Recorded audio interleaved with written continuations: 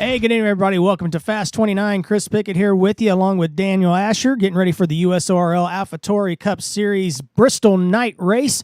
Looking forward to some great action tonight, and looking forward to some new stuff that you'll be seeing on the broadcast tonight. Hope you guys enjoyed as well. So, Daniel, good to have you back with us, buddy. I know you've had a couple of weeks off doing some other stuff. You actually went to Bristol a couple weeks ago, didn't you? Yes, I did. Yeah. You got a little dirty, didn't you? Oh, yeah. Well, thanks for that glorious bit of insight there. Appreciate it. So let's go ahead and go out to the track, see what's going on out there tonight. You can't compare the Bristol I went to the Bristol we're at tonight. That is true. You can actually see pavement here. The one I was at was covered in dirt, and it was raining the whole race, and it was miserable, and they should have called the race, and Chase Briscoe should have won. Yeah, I know that was kind of a hot button thing for a lot of people, and I knew you would be pretty hot-headed about that too. And a lot of confusion in that too. We might go over that a little bit later on tonight, but that was a little bit of a farce at some points. But let's see if we can have a little bit of a less controversial evening in the USRL tonight. That would be great. Well, I mean, we don't have stages here, so that's one plus. Improvement. Big plus. All right, let's go ahead and take a little bit. I think we should kick this off by welcoming some of our new sponsors. Yeah, if you look up in the upper right-hand corner there, you'll notice some new logos that you haven't seen before. Of course, right now we got Dan's own design company there. We got Red Bull on board. Let's see who else is going to pop up here in a little bit. There's Apex Graphics. I'd like to thank them for hopping on board. Lovable Critters Company. I love that logo. That's one of my favorite ones. I'm sorry. That's a great logo. You're welcome. Yes. Hidden Valley Shram Ranch. Get your salad tossed. I mean, what? Sorry. CircleBDiecast.com. Of course, they've been a sponsor for us for a while now, but they're still on board. And after what I just said, oh no, there's highpoint.com. I'm sorry. Forgot Cintas still around. I think I just took their logo off. So that's my fault. I better fix that so that way I still get paid in real life. You don't need money, Chris. I beg to differ. We're going to play around with the cameras here a little bit and just kind of see which view would be better. Oh, as Ray Tustin gets a little loose right in front of Alex Seifert right there. That was a little close. Might have to see if we can find Davey Hazard's car. He's driving an anime machine right now. We'll go ahead and do a little bit not a track tour, but a field tour here. Ray Tustin, we haven't seen him in the last little bit. I think he came back on a JTN week, but good to have him back in the field. He's in the Twix number 18 salted caramel machine. In front of him is Alex Seifert. He's driving the 21 Charlotte Strong Chevy Camaro tonight. We'll be going more in depth with that a little bit later on as we had a little bumper grab there, and Jeg decides to just plow it into the infield. See Darren Ingram's familiar number 3 in the Valvoline scheme tonight. On the track up above there, you see John Peterson's number 7 STP car. That's one of my favorites right there. I love that car. I think that's based off of the 98 scheme for John Andretti. There goes Austin Spencer's number 13 Ice Mountain machine. I do believe this is the first Cup broadcast we've had since Tyler Mallon was reinstated. The first one you've been to. I did do Indianapolis about 2 weeks ago. Yeah, so he was in that race as well. First one you've been to since Tyler's come back, though. Yeah. There's Henrietta Bordeaux's familiar 00 Baskin-Robbins Chevy. Right in front of her is Cam Barnes' number 12 machine as they kind of pile it up there. This is probably going to be the theme of the night here. Guys getting loose. They want to make sure that they get as much through these corners as they can, but they're already finding the edge is pretty razor thin. There is Tyler Mallon, let's try it again. The aforementioned number 80 Intel Toyota Camry for Tyler Mallon. There's Noah Joyce's number 31 Lowe's machine sitting on pit road.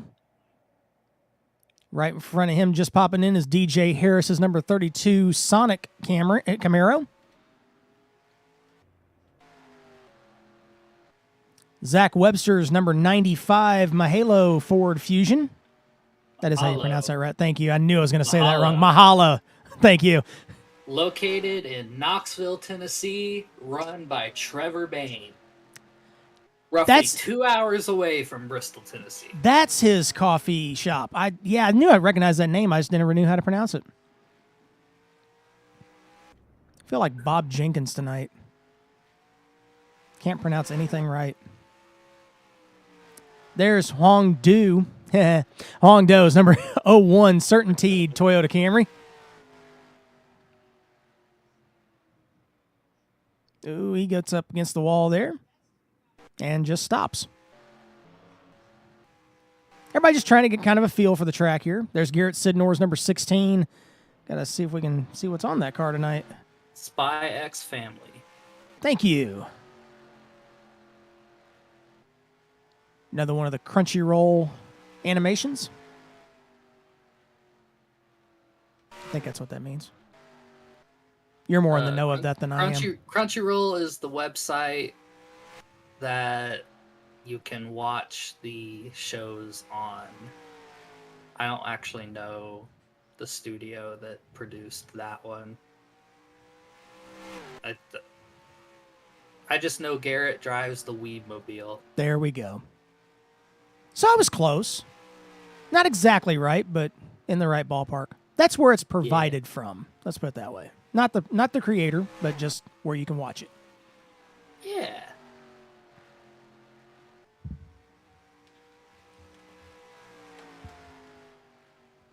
Take a quick peek here at the top 5, which right now is the top 6 because I didn't adjust this graphic, but that's okay. DJ Harris right now with a 14.882 tops the board. Tyler Mallon with a 14.9. Garrett Sidnor, as we're watching him go around the track, he's just off of Tyler at a 14.905. Noah Joyce is 31 as they pile it up right in front of him. There they go. Big wreck down the back straightaway. That didn't take long. We finally had our first big one there. But Noah Joyce, 14.943. Hong Do's 14.971. Darren Ingerman, 6th with a 14.976.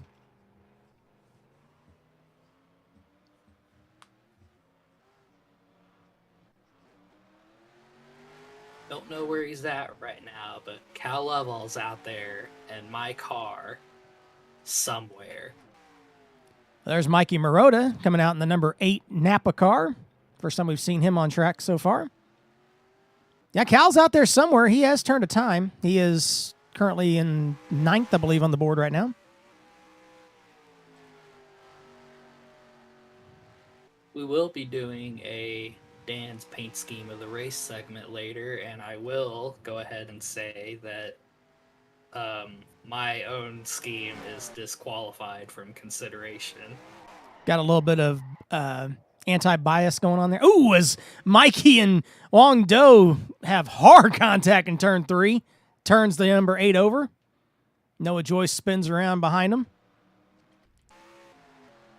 So you don't want a conflict of interest, is that what you're saying?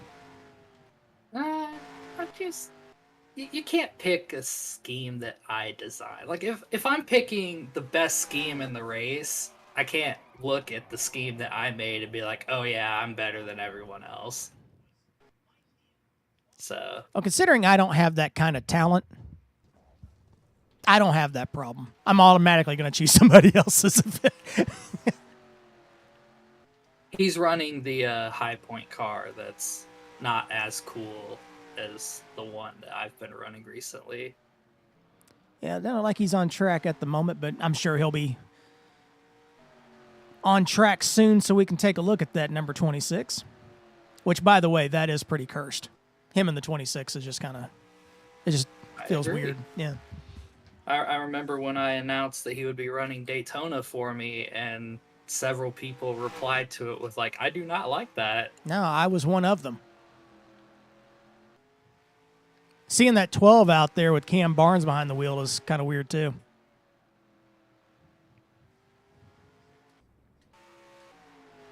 Speaking of, there is that Tire Pros Ford.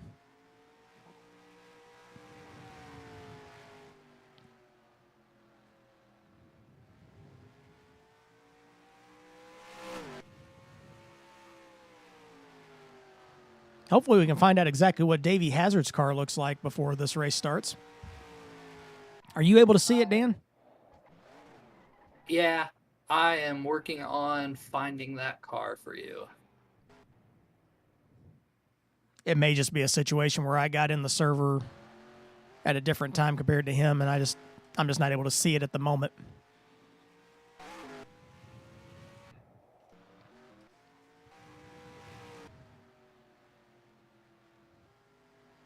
Looking forward to a good race tonight. We're seeing obviously a lot of action already during practice here. A lot of bent sheet metal and bent up machinery here already.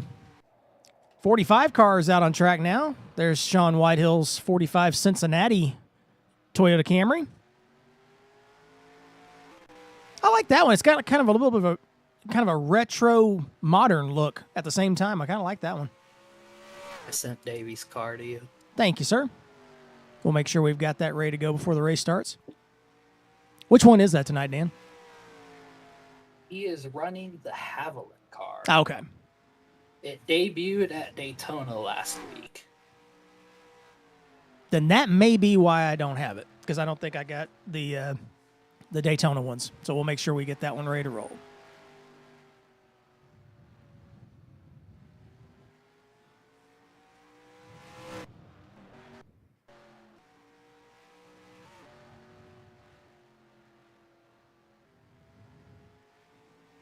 I do like how DJ's got that Sonic logo as part of the design on the side of his car. That looks pretty good. Lots of really good designs out here tonight.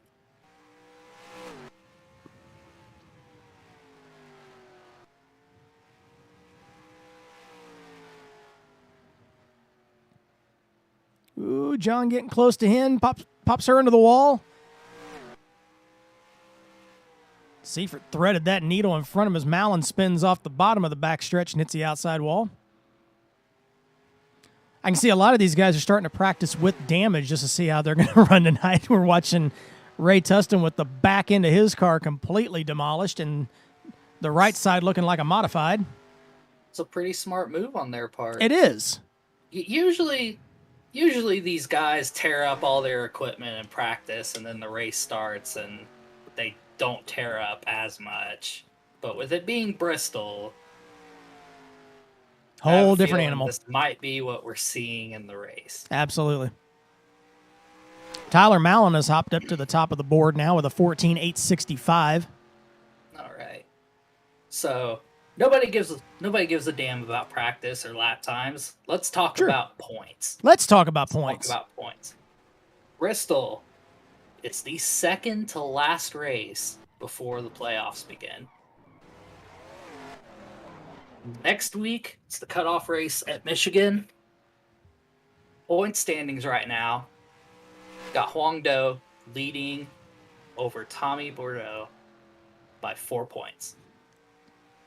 And that's for the top of the board, correct? Yep. Okay. Huang has yet to win a race this year. Or this season, mind me. So we're looking at potentially like a Ryan Newman type thing trying to happen here? Potentially. Maybe a little Austin Dillon Truck Series action? Potentially. I'm down for that. We do love ourselves a winless champion. That would be incredible. That'd be the only way I'd win a championship. Tommy and Davey, second and third, 3 wins apiece. Cam Barnes sits in fourth, Darren Ingram in fifth, Noah Joyce in sixth, Michael Marotta in seventh. None of them have a win. Ryan Pace sits in eighth with 2 wins. Zach Krastowski in ninth with a win. Garrett Sidnor in 10th with 2 wins. DJ Harris is 11th with no wins. 12th is Antonio Ruiz, who stunned the field at Indianapolis with a win. Great run for him. That came out of nowhere, but it was so great. That was one of the most incredible finishes, and I don't think there was a single person that could have possibly been mad at that win. Antonio does so much for the league. He preps a bunch of these tracks for us. Him winning that race was such a feel-good story.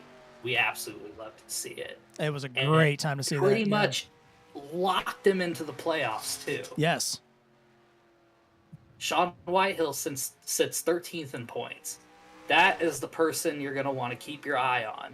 Jeff Dixon sits 14th and is currently in the last position, but he has a win under his belt, so he's in regardless. Now, Zach Webster is the first driver below the cutoff, and he is, if I'm reading this right, 8 points behind Sean Whitehill. And realistically, he is the only driver that has a chance to point into to the playoffs. Every other driver below, Henrietta Bordeaux, Jesse Dalton, Austin Spencer, Cal Lovell,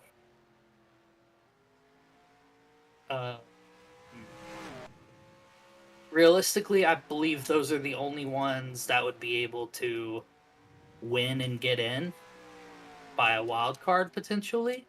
I'm not entirely sure what the start, what the start requirement is to be a wild card, but out of all those drivers, the battle you're going to be looking at is Sean Whitehill versus Zach Webster over the course of the next 2 weeks. Yep.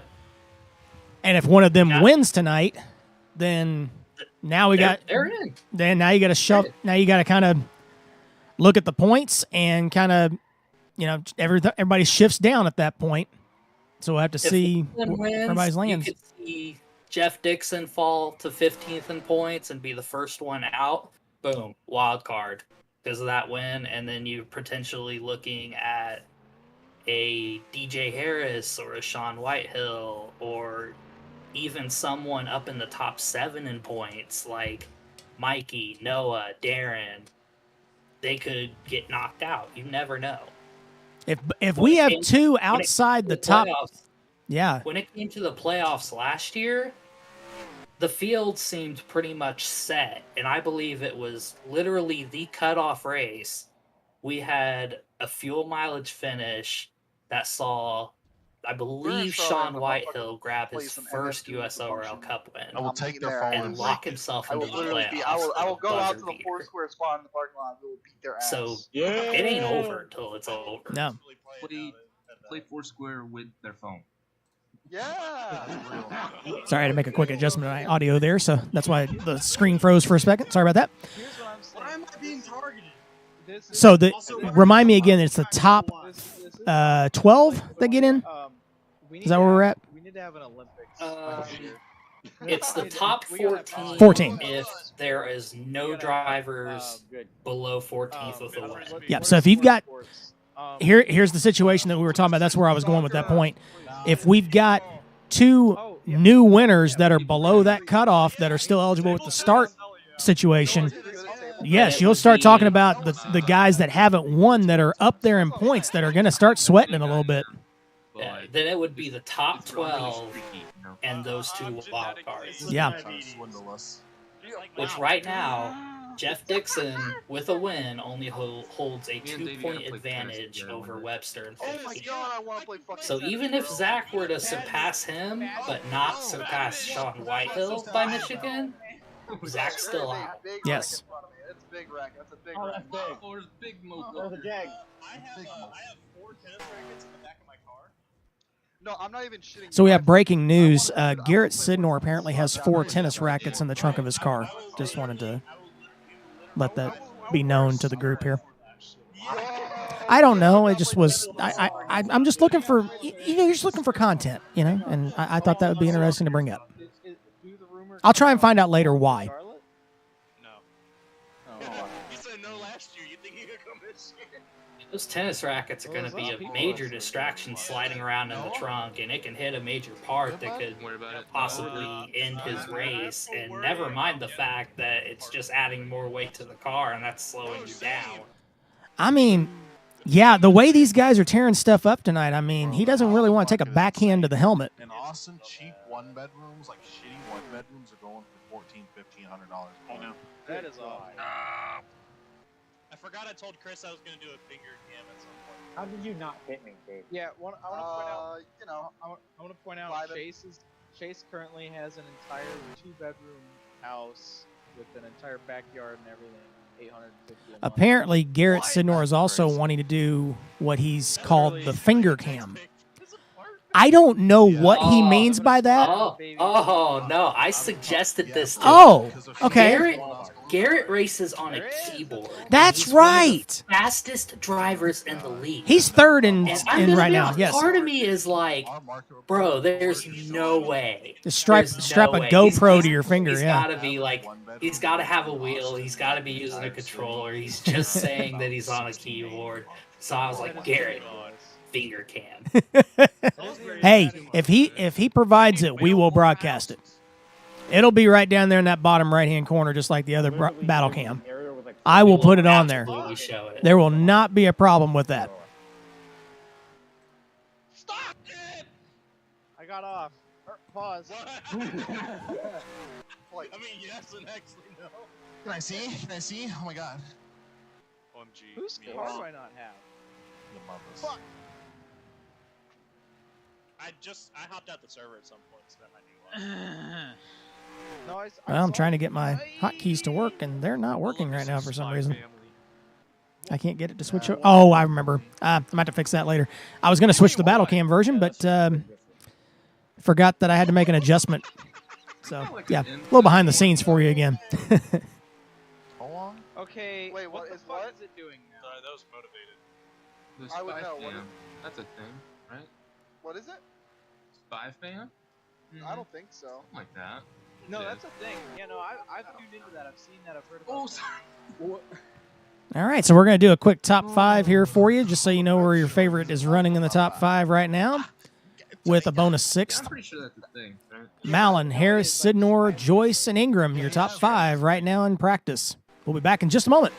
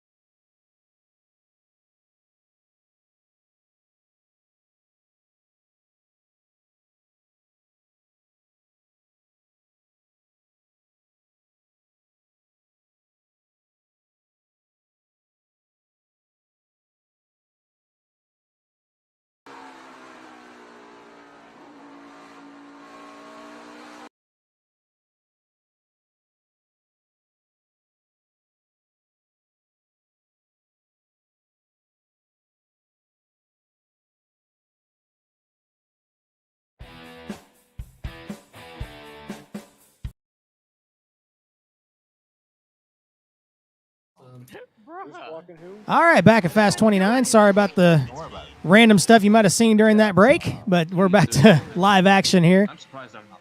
About 22 minutes left in practice. Chris Pickett with Daniel Asher here at Bristol as Ray Tustin goes around and collects DJ Harris right as we come back here. Karma of that before. Sorry, Davey. No change in the top five from before we left you. Malin, Harris, Sidnor, Doe, and Joyce, your top five. Why? I could change my pants. It's not like you're about to do a Call of Duty trick shot. Well, maybe I would have run a good lap for one. Listen, real ones. That was gonna be a good Unlikely. lap, yeah. That was gonna be a good lap. Davey, What the fuck? Davey, I see the vision. What you mean? I get it. I see the vision. What you know Wait, about? what did I say, bro? My brain don't work. My brother in Christ, the Call of Duty headshot Oh, thing. the YY. Yeah. I see the vision. Get it. Don't forget that we are taking practice in 10 minutes.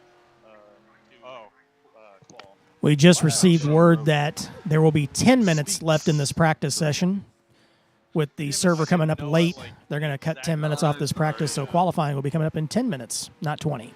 Say to them, the down. That's all. So basically, everybody do math on my countdown up there, and you know what time we're going. For the day. Danny, you good with that? Cannot always be nice. I mean, Okay. yeah, I'm good with it. I That's personally not- think the league should take more What a bad. Yeah. responsibility in how they set up their Oh my practice Lord sessions, as there's a almighty. deep drive into Good. left field by I Castellanos. found one that fits into the Davy type. Mikey, you're on the list. We gonna praise See that always. place. Alrighty, Great Davey. job. You're gonna have to go to the island. Yeah, I don't know when we're going to put these headphones back on again. I'm gonna include. I'm sending it to TikTok. I'm going. Oh, wait. Yeah, we do. Actually, I don't think. let's go ahead and take a look at that. Why not? Mikey is above There we go. Rockingham, May 21st. The Brad's Internet Service now at DSL 150 is going to be our next broadcast. You'll get to hear us do this same thing. Then on June the 4th at Kentucky, the Quaker State 200, 9:45, 8:45 Central. And then if you want to watch me be a dork and watch the entire computer crash, there we go. Now we're going. Winchester, May the 6th, Gateway, May the 13th, and Dega on the 20th. Watch me try and pull something off at one of those tracks in the next few weeks. All that live on Fast 29. Mikey, I'm glad you're humble about it. Listen, man, I'm a grower, not a shower. All right. That was a great segue. I don't know how you pulled that off. I'm none of them. Who the fuck starts a God. conversation like Yo, that? hold on, pussy. Yeah. I'm neither. How long, Dussy?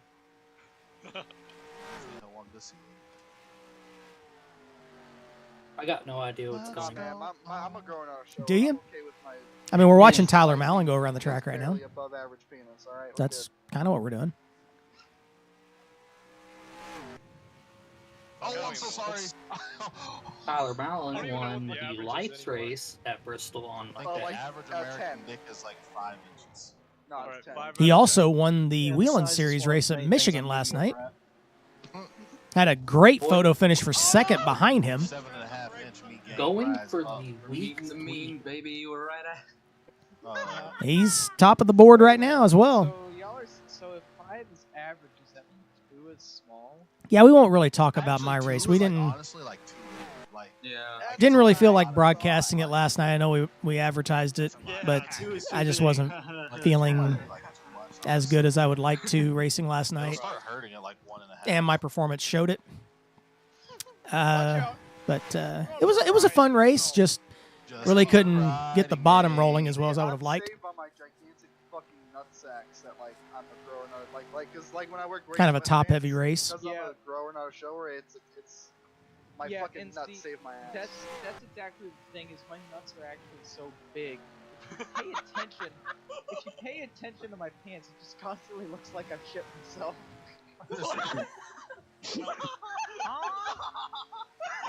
We're hearing some. I'm trying to think the best way to put this, Dan. Some personal issues with uniforms on the scanner right now. We're just gonna leave it at that. It's stuff that cannot be broadcast. Let's just put it that way. Oh, Actually, it might be coming through. No, it looks like it. Austin, when you sweep the floor where you work, do you just like widen your legs and walk? Yeah. What? I wish Oh, you you got could dirty balls. see the expression on my face right now, because it's just confusion and concern. Does he bottom out? He's bottoming out driving, bro. Listen, y'all, I don't Yeah, I think it's coming through the I bet he's broadcast, right. and there's no way I can fix that. have y'all ever seen the picture? I thought I of had when it fixed to where it genuinely left wouldn't the come ball through in the the crib and broadcast, but I chair guess it's under not. I don't want to see it. I don't I want want to see to. it. I have It's- run 100. it's like- If I turn this off, well, Oh, yep, it's coming through. Yeah, that didn't work.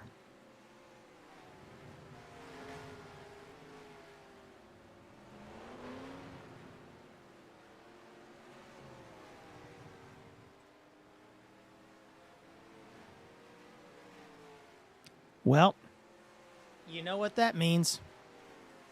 The headphones are coming back out. oh boy. Yeah, didn't really want to have to do this, but that's okay.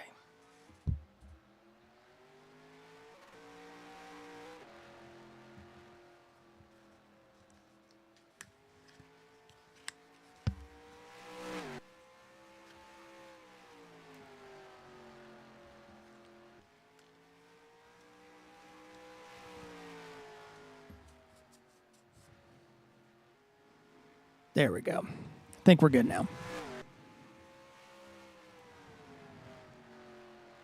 One of these days I'll get that figured out to where I can only have to wear one set of headphones. That'd be really nice. All right, we got about 5 minutes left in practice here. Once again, they're cutting practice short by 10 minutes.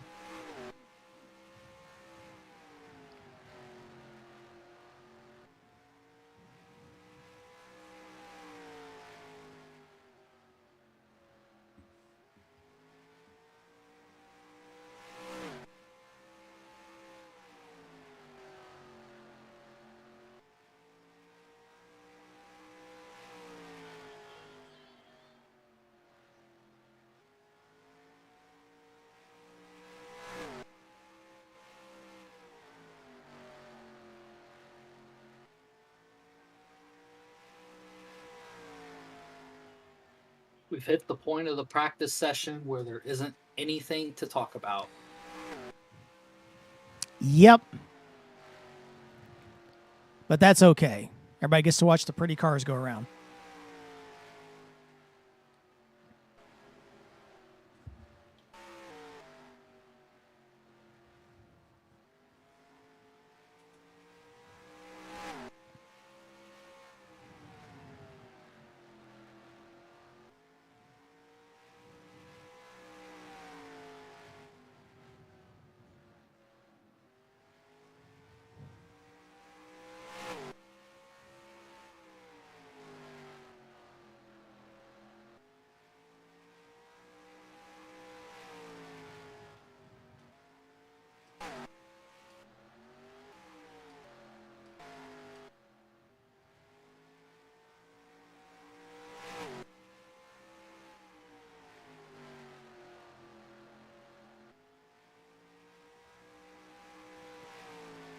They are going to be kicking it to qualifying in about 3 minutes.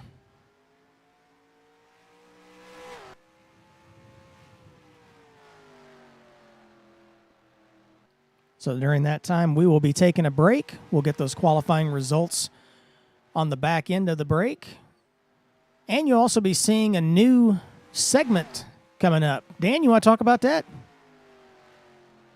Not particularly, no. Oh, okay, well, we'll talk about it in a few minutes. Good talk.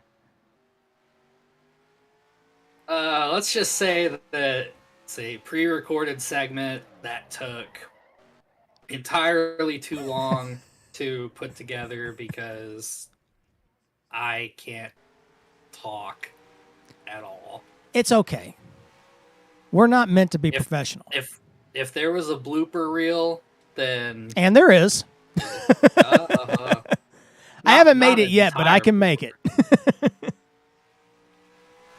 There was one point where I was not reading off, but I was just winging it, and I said something, And as soon as I said it, I realized that it was inaccurate.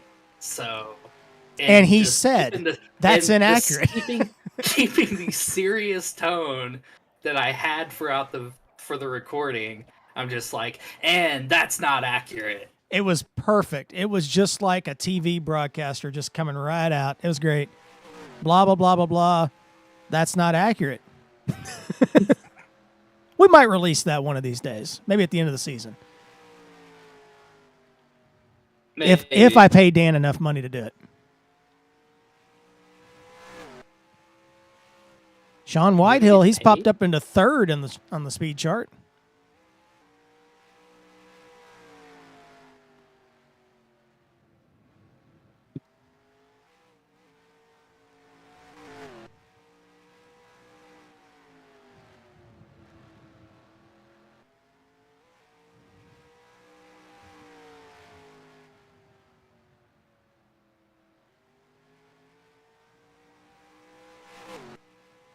So, Chris, how about you give us a little foresight into how you came up with the name for this new segment? So, I gotta say, driving a Centos truck 4 times a week, it can get lonely out there on the road. And your mind just kind of wanders as you're trying to keep it between the lines, as John Peterson takes the inside wall on the French straightaway. But just sitting there, letting your mind wander, thinking about ways to improve your driving, improve the stream, things like that. And just out of nowhere, the term Dan's Deets came into my head. It's going to be some points each race that Daniel finds important for our viewers to hear about the race coming up. Dan's Deets, sponsored by highpoint.com. That'll be coming up right after qualifying's over. Qualifying is hit, so we will be right back with the results after they're done.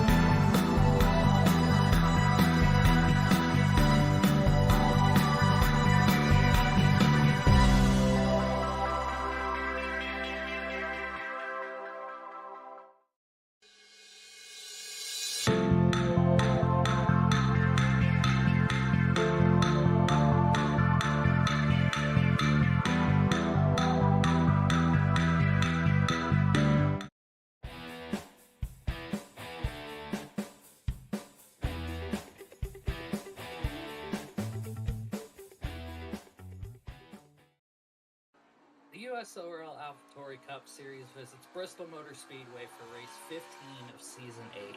With just 2 races left until the playoffs, Bristol and Michigan, every driver that's not locked in is going to be aggressive and pushing for every point possible to give themselves a cushion or to try and cut into that gap towards the cutoff. Every point is valuable, and for some drivers, a win is almost a guarantee to lock them into the playoffs.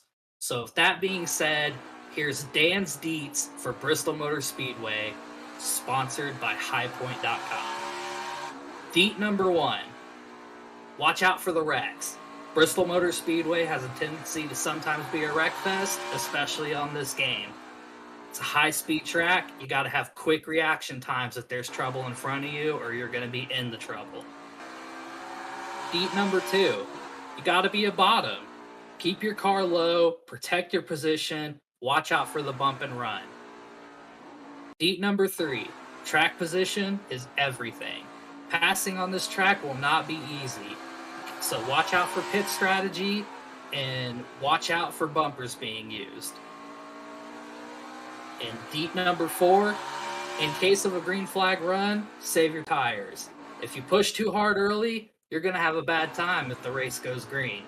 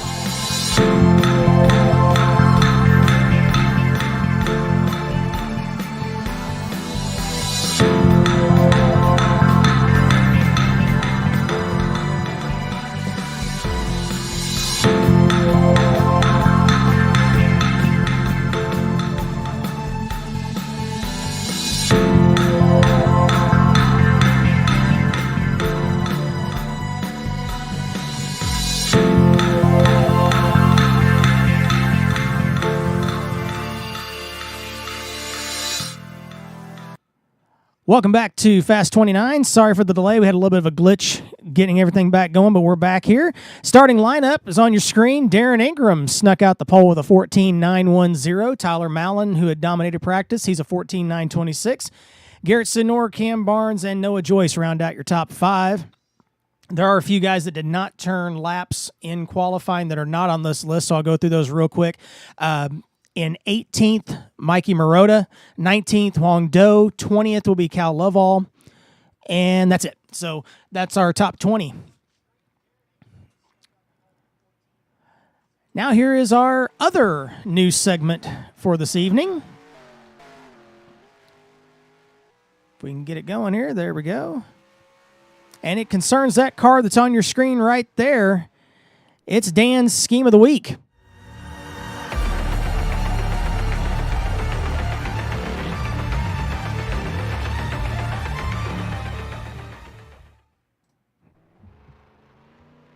All right, Dan, it's all yours. All right.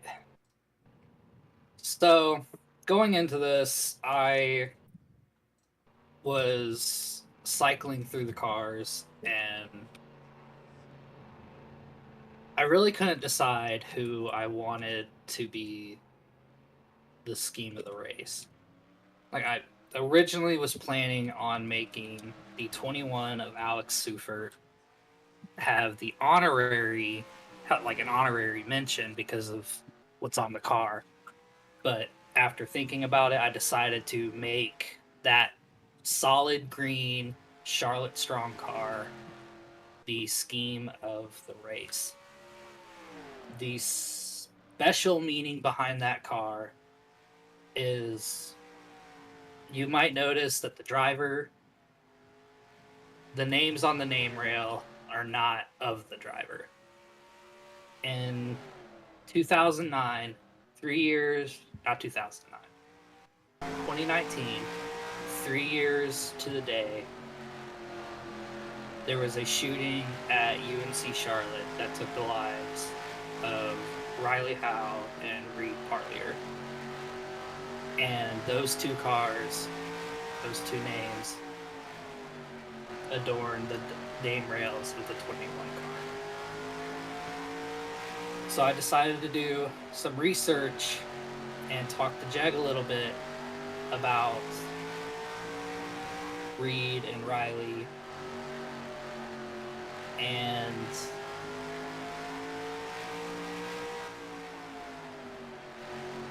you might be able to tell this is kind of heavy on me in a way. But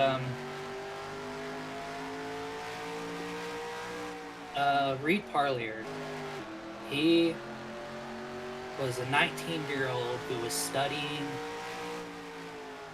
IT software development, and his lifelong dream was to be a video game developer. Growing up, he was considered academically gifted and was an ace in anything mathematical. He was an unfortunate casualty of the shooting. And the other person was Riley Howe. And he was an ROTC cadet. And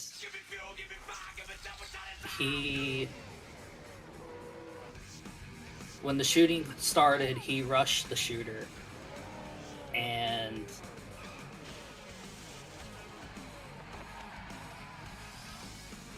he ended up saving a lot of lives that day. He knocked the shooter off his feet and basically ended it right there. And he lost his life in the process. He was buried with a full military honor, was awarded the ROTC Medal of Heroism, a Purple Heart, and a Bronze Star. He was also an incredible Star Wars fanatic, and Lucasfilm, after the events of April 30th, 2019, got permission from Howe's family to be written into the Star Wars universe as Jedi Master Riley Howe, and he appeared in Star Wars The Rise of Skywalker, a visual dictionary. And he was 21 at the time of his passing. Both of them, may they rest in peace, and we hope that Jag has a great race tonight as they're coming to take the green.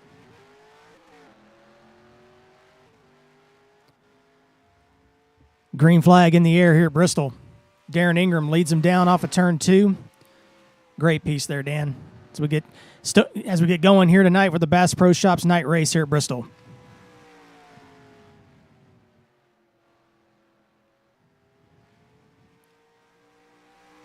Pretty clean start here.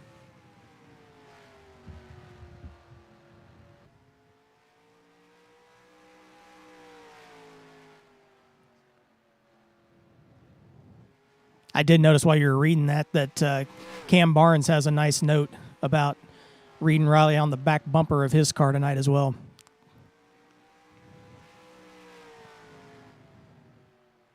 I'm just now seeing that.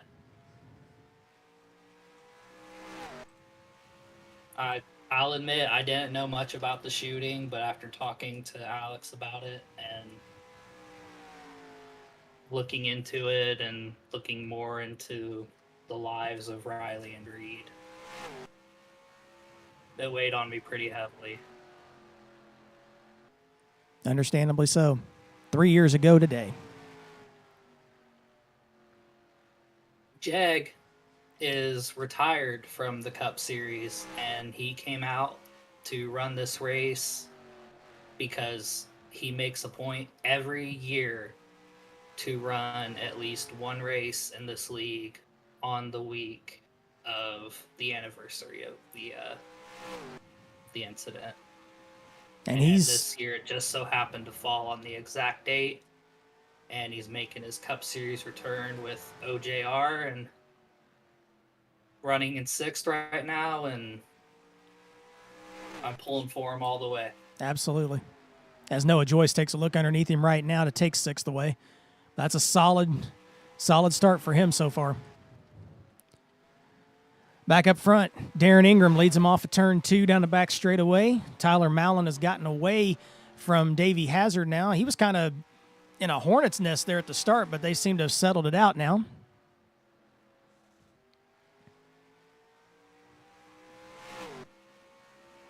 Hazard runs 3rd, Cam Barnes 4th, and Garrett Sidnor runs 5th. Mallon's starting to close in on Ingram now.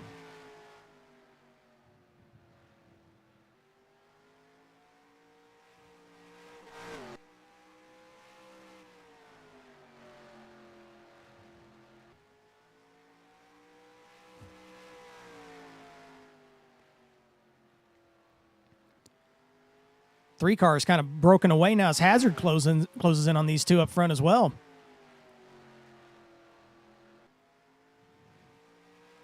Still very early in this thing. We've got 250 laps to get this thing done tonight.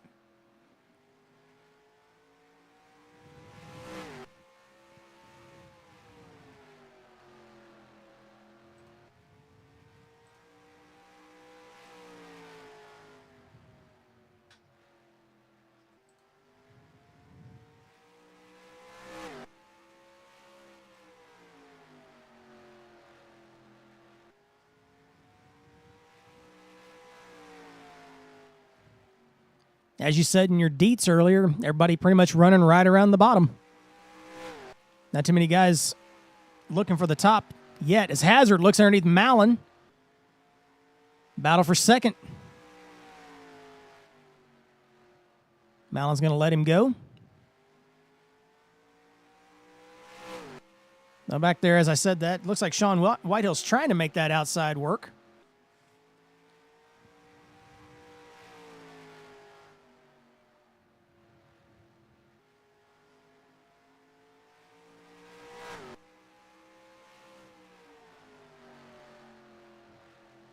Everybody minding their P's and Q's right now early, Dan.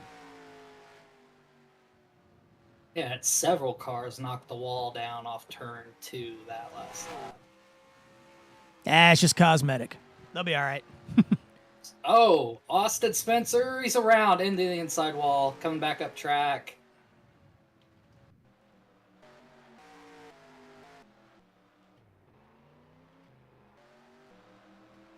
There's Spencer. First caution, lap 19.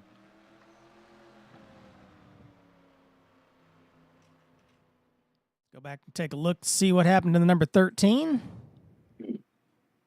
Normal USORL rules have it that cautions should usually be contact incidents or multi-car incidents, but given the high speeds of Bristol, and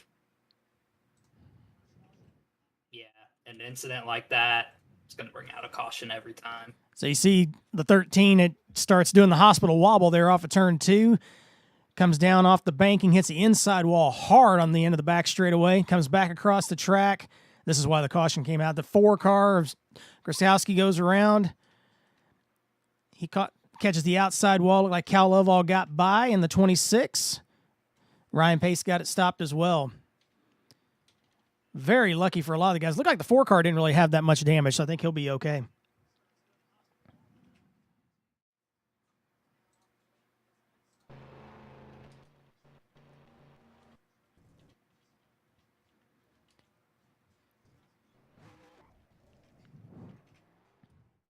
Pit stops. Lap 21. Darren Ingram comes off the pit lane first.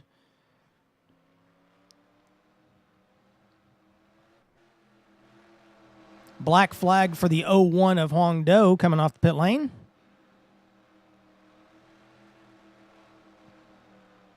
Also a black flag for Austin Spencer in the 13 as well. Coming to the choose cone here for the first time this evening.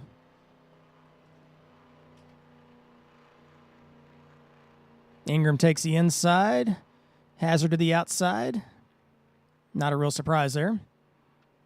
Mallon and Barnes row 2. Sidnor, Joyce row 3. Suford and Peterson row 4. Pretty balanced, but on the inside and outside lines on that choose. I think this restart is going to determine if the inside line gets more people and future cautions. I really expected more cars to take the inside. Kind of surprised me as well. Green flag back out. Oop, having issues with my green flag. There we go. Green flag is out. Lap 22. Oh, they're wrecking. And we got a crash on the back straightaway. Big one. Big crash. Wreck. Joyce, Peterson, Huston, Lovall, Webster. Stowski. Pace, I think, didn't get anything. He was just in the middle of that, it looked like. And here comes the wreck fest, as you talked about. Second lap, or second caution of the evening already. Peterson involved. DJ Harris got a piece of it. At least 6 or 7 cars involved there. Looked like it started with the 31 getting loose. The 26 with a destroyed car. That's a pretty common sight in this league. Here it is off turn 2. On the restart, there's 31 of Noah Joyce getting loose. Door bangs with Garrett Sidnor, bounces it back into the wall. Peterson has nowhere to go. Seifert does a great job to the inside to miss it, and then everybody just stacks up behind him. Harris gets up on a couple wheels there. Whitehill caught a piece of it.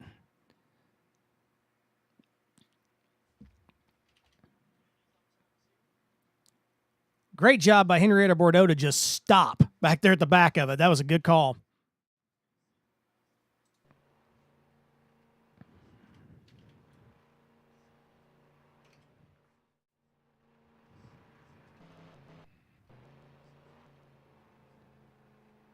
A few guys toward the back, especially the ones that were involved in the wreck. It looks like they're the only ones that are pitting this time, since we were just in.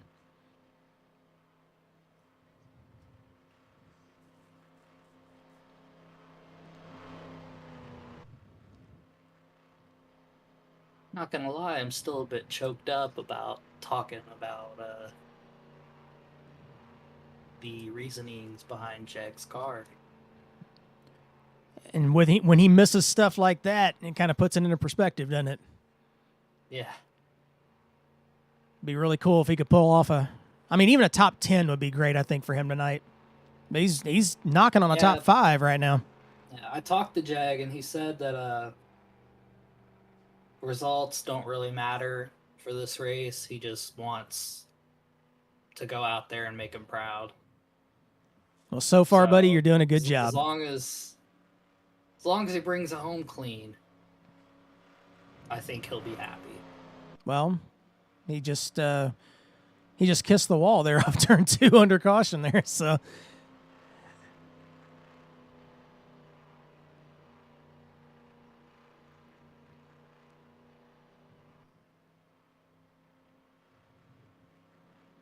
coming to the choose cone this time. So we'll be taking the green on lap 29.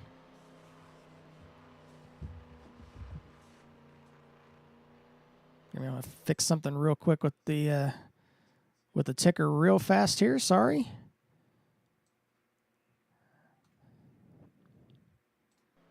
There we go.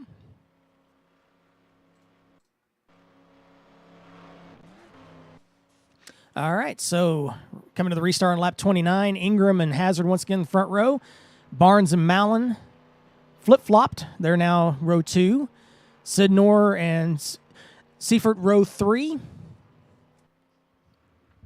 And Ruiz and Spencer row 4. So we come to the restart. Oh, Ingram spun the crud out of those tires there on that restart. As Hazard, seen a man do a rolling burnout on a restart. That was impressive.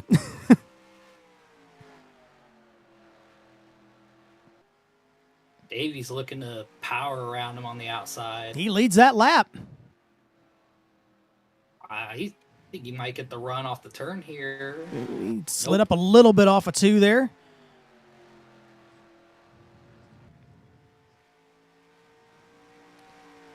He's able to get the momentum coming off the corner. There he goes. He gets it cleared this time. Ingram's still trying to get a quarter panel. I think Darren might have let him have it there. That's what it was looking like there.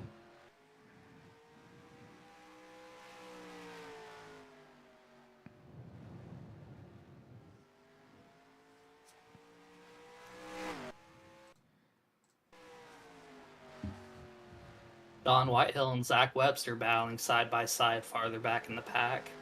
Those are the two that you're going to want to watch for that last playoff spot. There is that battle.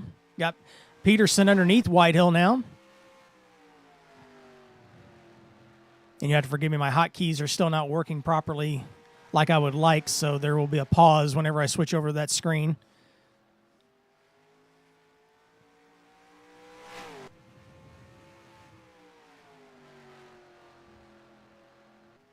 Cam Barnes briefly got around Darren using the outside line. Yeah, that outside's starting to try and come in, especially right there at the edge of where the darker rubber patch is there at the top of the track. Looks like there's a little bit of grip, like right there in the middle of the track.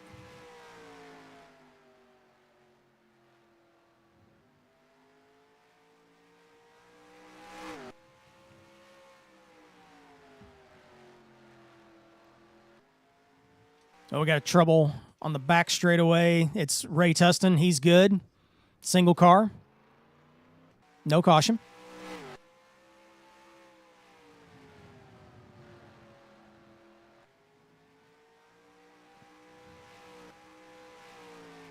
Yellow's out.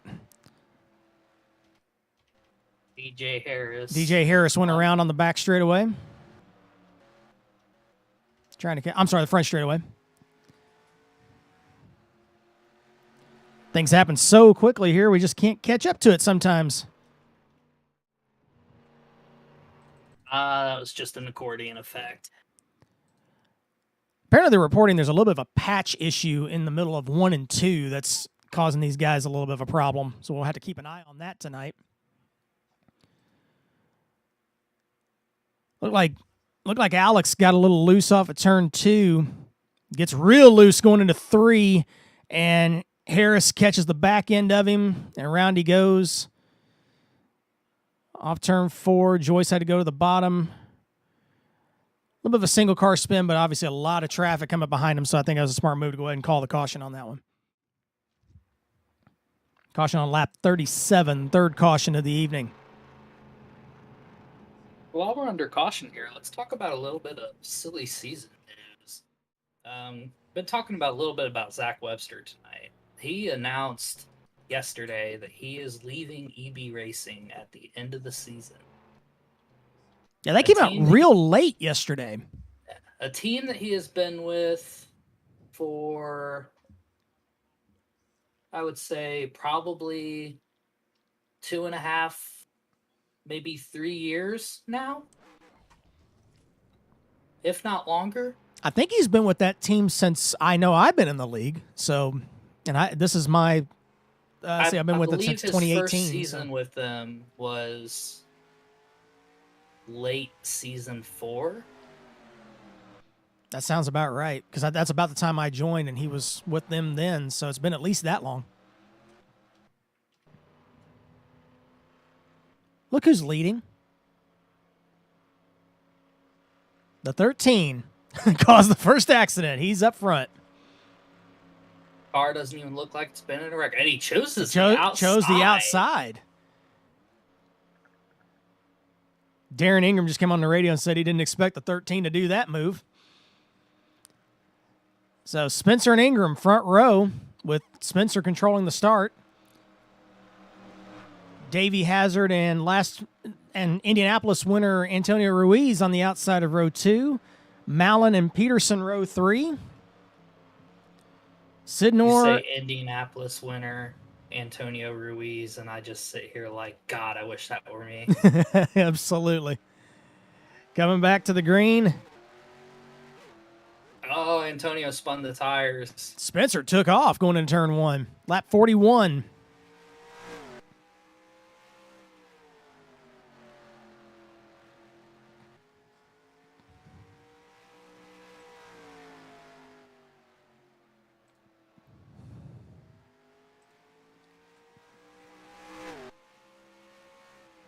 Getting real racy back in the pack here. Oh, we got a yellow.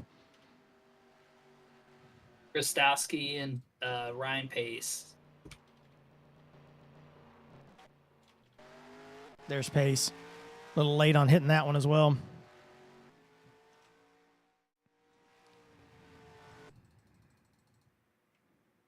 Zach just got really loose on the exit, and Pace just had nowhere to go. Here it is coming off turn 2. Kristowski in the blue car on the outside there. He goes right in front of Whitehill, and Pace was right there. Wrong place, wrong time. They come down, hit the inside wall pretty hard. All right, Kristowski only just kind of light contact, but Pace hit it pretty good.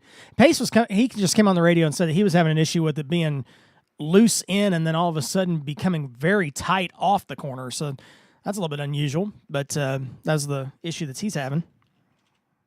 See the JTN logo on Ryan Pace's car. Be sure to tune in to our friends over at the JTN network, the Joe Toe Network. He's actually watching right now. He's been chiming in a little bit, giving us some commentary on the background. They do a great job over there. They've helped us out a lot getting our stuff off the ground as well. Definitely want to give them a shout out. They'll actually be having the next 2 broadcasts for the USORL Cup Series at Michigan next week. And I believe, if my memory serves me, I believe it's Iowa after that, I believe. Don't hold me to that. But they do have the next 2 races. Just subscribe to them, and they'll tell you where it's at. They broadcast, I don't know if it's every night, but they have pretty close. They have several leagues that they broadcast, and you can see some really good racing and some really hilarious pacing. Just depends on the league that you watch. Definitely got to subscribe to them. There's not a dull moment over there. Choosing this time, Spencer again takes the outside. Of course, he did get a good run on that last restart. Would also like to point out that JTN's manager is named Bristol. Which I'm trying to figure out why they didn't broadcast tonight, but I guess we'll ask him about that later.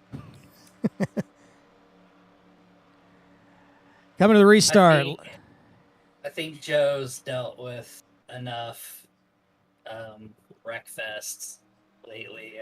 I think he might be low-key glad that he's not having to broadcast a Bristol race. He could just watch us make fools of ourselves here. Oh, and Austin's going to go around on the backstretch by himself. Inside wall. No caution. We stay green.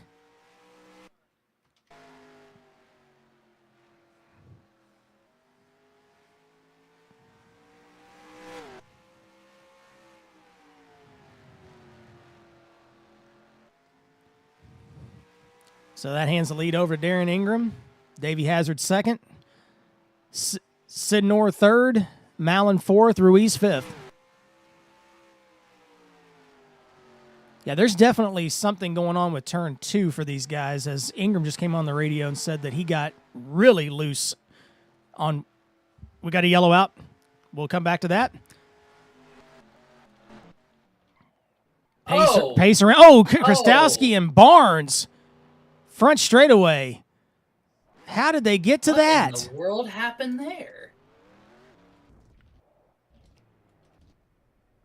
They're wrecking again behind them, apparently, as well. So we were trying to watch them try to turn Krastowski over. Nope, everybody got taken care of there, so we're good. Wow, that was big for Bristol here.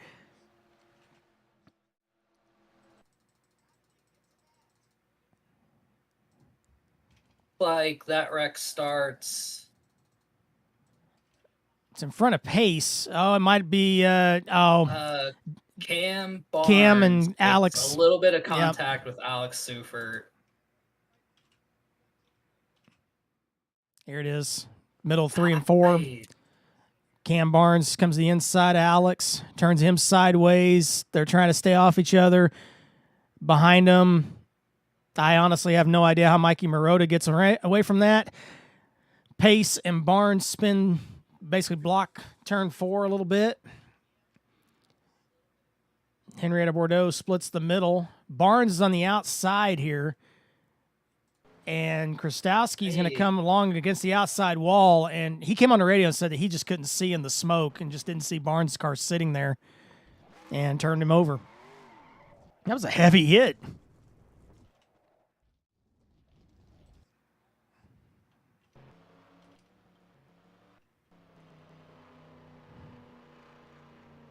The really unfortunate accident. I'm not one to talk because I have these mental lapses sometimes and have had my fair share, but when there's a caution out and you see smoke, really gotta slow down. And Zach gasses it up off the turn and then sees Cam sitting there and tries to slow down, and just not enough time. I mean, when you're going around a track, high banks, 14, 15 second laps, I mean, you just have no time to react. You've got to make sure that you're on your P's and Q's.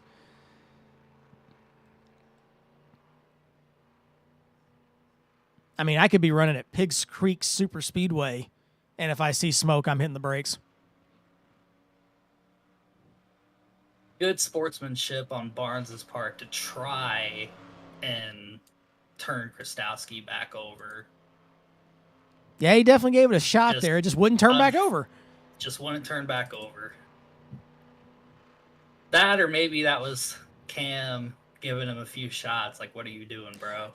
No, he did come on and say he was trying to turn him back over to get him going, but just couldn't get it going. So, unfortunately, Krastowski's going to lose a lap in that sequence. Very fortunate to only lose one lap. Absolutely, yeah. It could have been a lot worse. I think he actually did lose maybe 2, but they did give him one of those back, from what I understand. So, well, I imagine it shouldn't be too long before he's back up the lead lap. The haltingness that this thing has been taking here, I'm right there with you. All right. Coming to green, lap 57, Ingram, Hazard, front row again. And green is back out. Ooh, Ingram. Davey giving a shot to Darren. Yeah, he didn't really get to turn 1 that well. Spencer goes around again on the backstretch, no caution.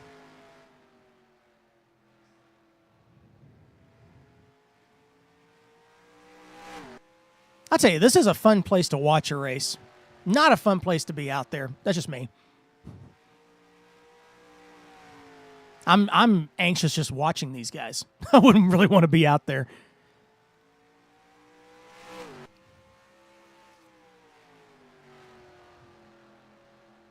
But great to have you guys with us here on Fast 29. Hazard taking a look underneath Ingram. He's there. Ooh, they make a little contact on the back straightaway, but everybody's good. Hazard rides him up the track a little bit in 3, and he takes the lead off 4. Mallon going to try and follow through in the 80. And just behind him is that 16 of Sidnor. Ingram a little bit out of position here as they come off of turn 2. Ooh, Sidnor just barely stays off of Ingram on the backstretch. Shout out to John Peterson. Yellow's out. Great run. Ray Tustin around. Cam Barnes involved. Barnes around again.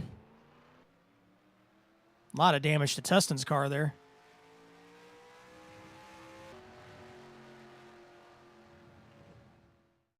Ray just got loose off turn 2, and looks like Cam might have gave him a little bit of a nudge while he was trying to gather it up. It's kind of what it looks like here as well. Can't really tell. Yeah, Cam got into him just a little bit.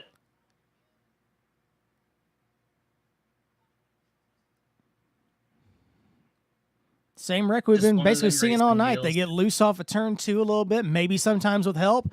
They go down and catch that inside wall pretty hard, and a lot of damage.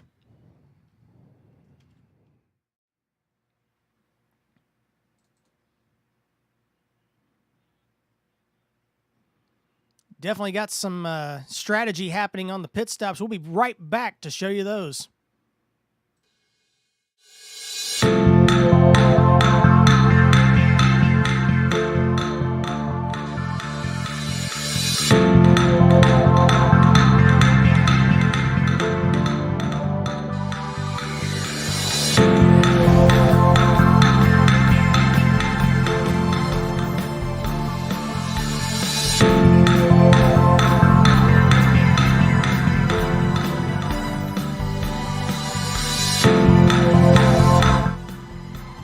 All right, and we're back with Fast 29 here at Bristol. That's your leader, the number 16, Garrett Sidnor. Split strategy here on these pit stops on lap 64. Sidnor leads Cal Lovell.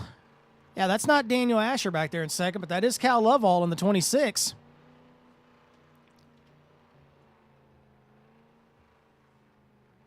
Alex Seifert in third. Cal's action right there made me thought they were choosing, and I thought Garrett just straight up ran over the box. Like, You weren't the only one. I was thinking the same thing because I was I waiting was for somebody about to to be yell that like- somebody hit the box, but nope. I was about to be like, oh, Garrett hit the box. That's a black flag. And then I saw just about everyone else do it, too. Yep, not quite on that one. Choosing next time by. So you got Sidnor, Lovell, Seifert, Joyce, and Ingram is in 5th now. He's the first one off pit road. Then Mallon. Cal in that 26 has got more balls than I ever would. And you would not see me. You would not see me staying out and being on the front row at Bristol. especially with no back end. Absolutely. Anytime I try to play the track position game, I embarrass myself afterwards. Yeah, season 5 Rockingham just said hi to me as well. But we won't go there. If Darren Ingram watches this back, he'll understand exactly what I'm talking about. All right, back to the restart zone. Lap 67. Nobody got a good start there. Yeah, that's the first restart I've seen where the leader didn't launch off. Nobody really launched off, but Sidnor takes him off into turn 3. Lovell, though, he's trying to stay with him.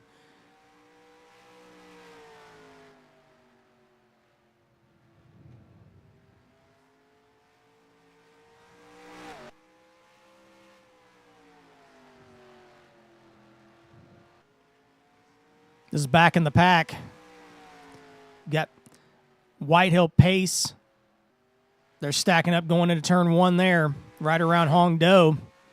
This is just in front of that race that you're seeing in the corner there.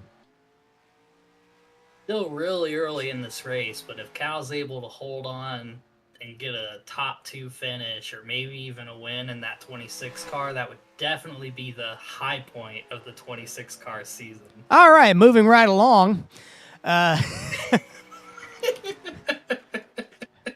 Somebody mute that mic, will you?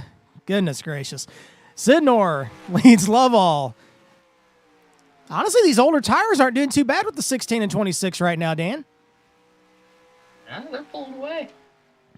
Kind of surprises us. Of course, they didn't really have that many laps on those tires, so. Cal just ran his fastest lap of the race. You get that track position like you talked about.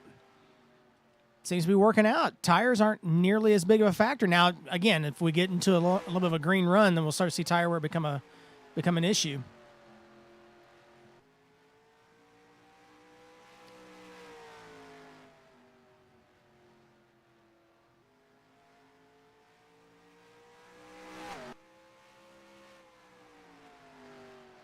We try to keep the leader on. Ooh, pace catches the wall off turn 2 there.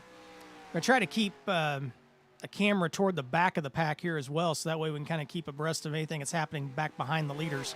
We'll keep the leaders in the big part of the screen for you here. Whitehill catches the wall there off turn 2, and pace comes to the inside of him. That's a battle for 11th. Whitehill's been kind of struggling back there in that 45 tonight a little bit. He seems to be one of the ones that can't really get off the corner as well as he'd like. Seems like he's pushing off the corner quite a bit.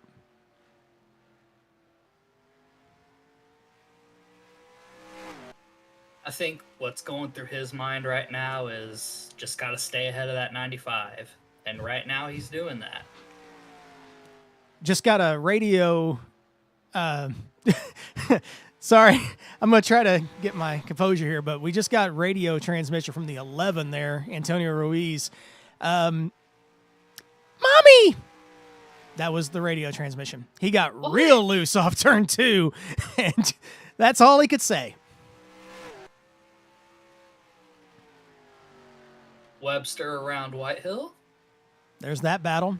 Looks like Barnes also got by him.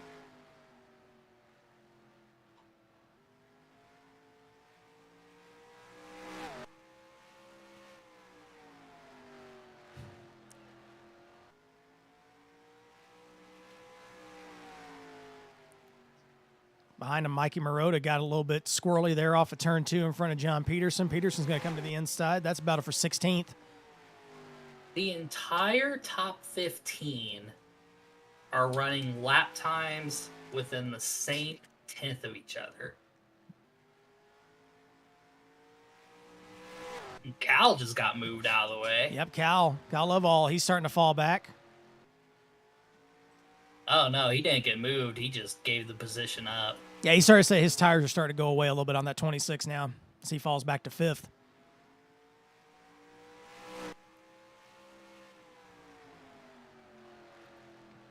Darren Ingram just came on and said that his car has gotten very tight. And he's one of them that pitted. As Hazard takes a look at the inside of Mallon behind him, seems like Ingram's starting to hold these guys up a little bit. That's allowing them to kind of start racing against each other.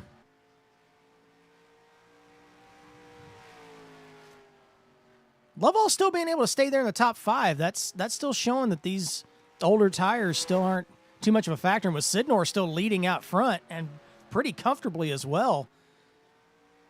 Not for sure if that's tires or if it's just a bad adjustment on the guys that did pit. Like I said, Ingram starting to say that his car is still very tight after that last pit stop. Oh, and Hazard gets to the back of Ingram.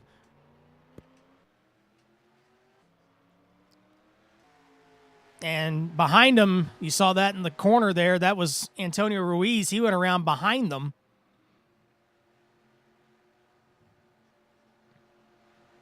Davey definitely put the bumper to him.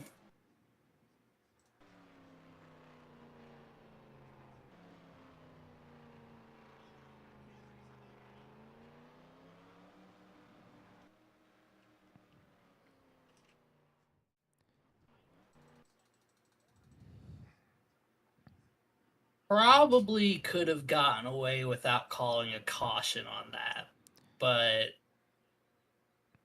you've got that rule where it's contact, and yeah, I think that's the reason why they went ahead and just called it anyway. Here it is coming out the back straightaway here.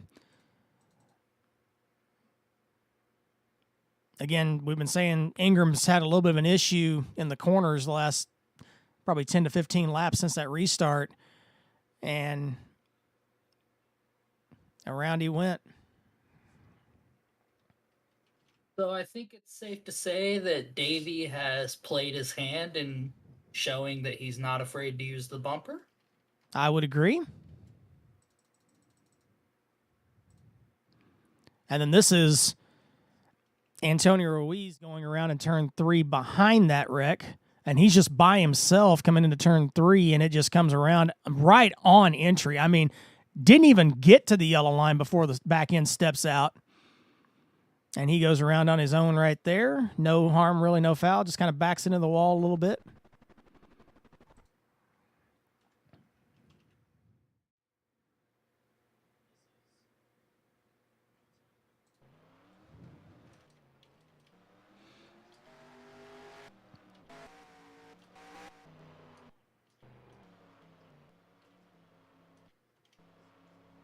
So again, we've got some more.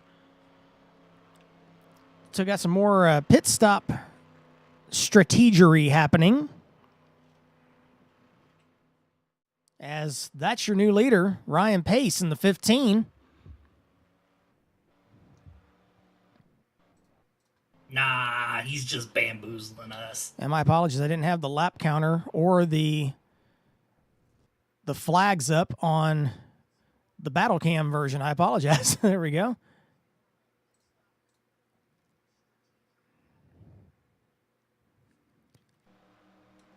It looks like my... Ryan Pace got his lap led and went item ahead out. I can't say I blame him. I'd be doing the exact same thing. Choose cone will be next time by, clearly, since the 80 car just ran over it.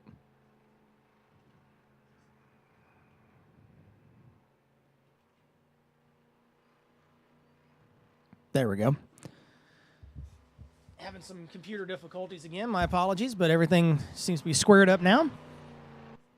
Just trying to do too much to bring you guys a good broadcast. And sometimes my computer just can't handle what I want it to do. So, John Peterson, I think the league officials might have to look into this, but John Peterson just sent me a Snapchat while driving, and he said, and I quote, "This track is scaring me, Daniel." While driving? While driving. Okay. Well, there he Granted, is. it was under caution. Still. But well, I guess that's kind of our in-race snapper, I guess, there. Yeah. I'm having phones in the virtual cars. We'll have to talk to them about that later.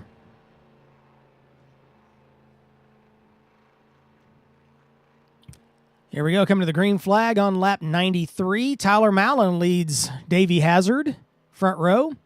Sidnor and Lovell, row 2. Green flag back in the air here at Bristol.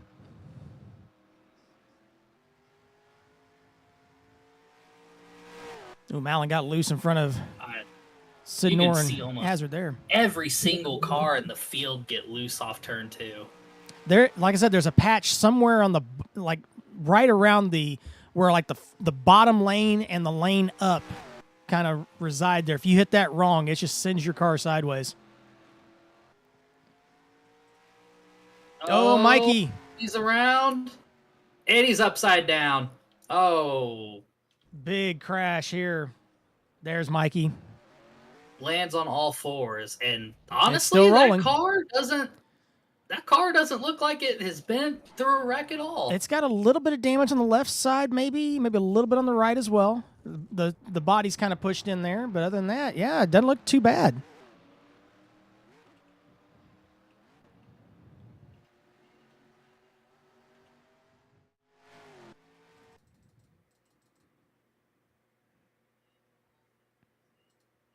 We saw it in the side-by-side action there. Couldn't really get a good camera on it there. My apologies. But here's the replay of it. Mikey coming down into turn 3 behind John Peterson. Looks like John might have been probably snapping again, maybe. I don't know. No, just kidding. He just loops it right in front of Krastowski. Tustin had nowhere to go and T-bones him, turns him over. Behind him. Oh, Tustin took a shot from Austin Spencer as well. Antonio Ruiz gets up against the outside wall. Whitehill and Bordeaux stop behind him. It's like the most damage happened to the 8 and the 18 on that one.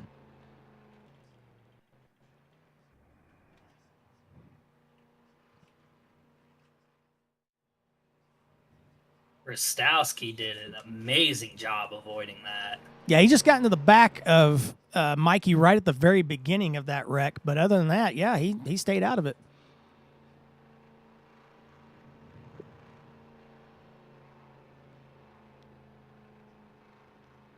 Can't help but to feel like a lot of these incidents seem to have Sean Whitehill around him, and I feel like he's just holding on for dear life at this point. I'm sure he would say the same thing.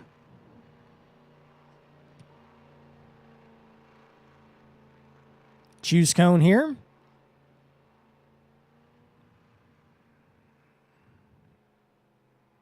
Mallon and Hazard front row. Sidnor, Joyce row 2.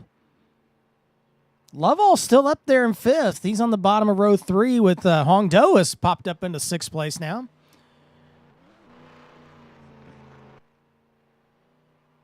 DJ Harris and Cam Barnes in row 4, and Darren Ingram and John Peterson in row 5. They're also wondering if the 26 is being driven remotely by you tonight, Daniel. That just came over the radio. Just wanted to throw that out there to you. We'll come back to that later. Green flag back in the air.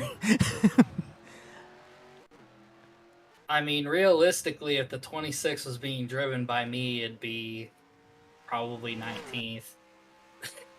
And with more damage than what it's got on it right now, right? They're giving me too much credit. Mallon leads on lap 99 here at Bristol.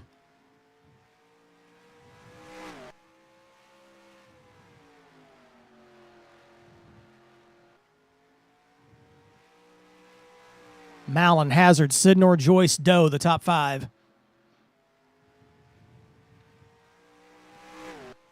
Ingram trying to pull up back up. Wow, what a save by Davey. That was close.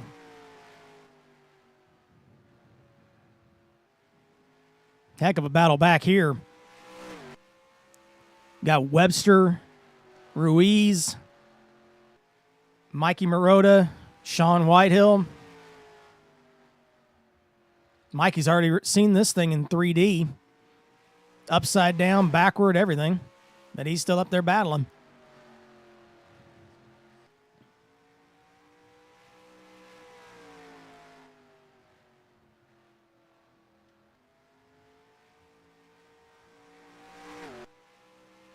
Mallon got a little loose there off of 2. Hazard closes right in. And we saw earlier, he's not afraid to use that bumper a little bit. He took a peek to the inside. That's not going to hold there. You can see Mallon starting to take a little bit of a defensive line going into the corner. He got loose there off of 4. He's got to not leave that bottom open. He's going to end up backward.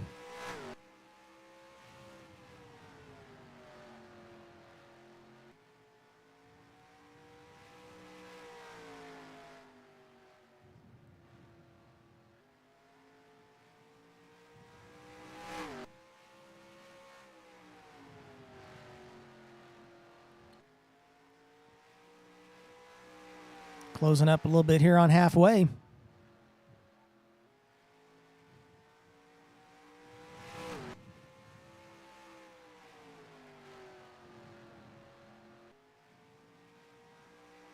Hazard starting to fall back a little bit off of Mallon now.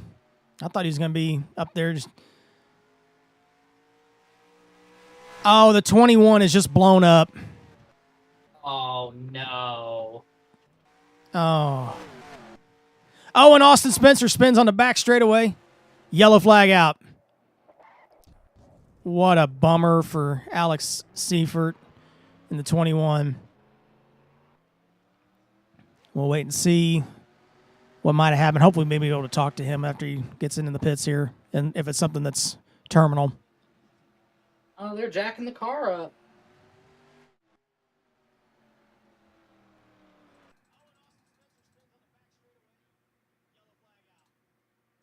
Not for sure why they threw the yellow for this, to be honest with you. Oh, I see now why.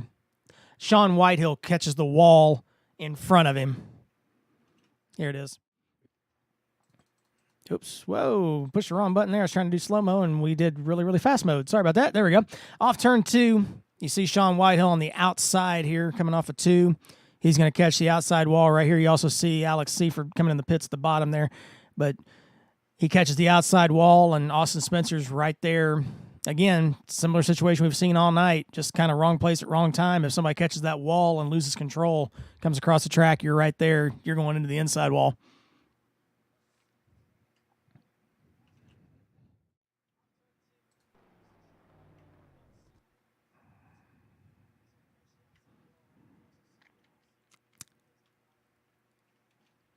End result on this, too, is that Ryan Pace, you might have seen that 15 car sitting up in front of the leaders in a lot of these shots. He was able to stay on the lead lap. Don't count that 21 car out. It's not done. It's 2 laps down, but it's not done, apparently. I don't know what the problem was, but pit crew fixed it. Apparently it really is Charlotte Strong. There is that 21. It's rolling. If getting, there was it's a getting crowd to speed. that you could hear, it would be roaring right now. It doesn't sound bad either coming around. Well, we shall see. If I'm Alex, I just lay back, let the carnage happen, get those laps back. I'm in a little bit of shock right now after that. I mean, they basically said he blew up, and I've never seen a car really do that and not be out at this point. So maybe there is something to that green car tonight. Lap 114. Here we come to the restart. Ingram takes off. Boy, they stack up behind Mallon then that one.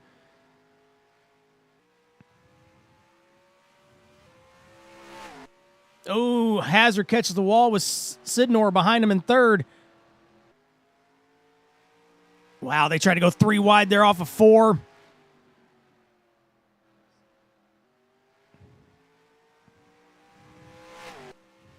Hazard looking to the inside of Mallon again. Boy, he dove it in there into 3.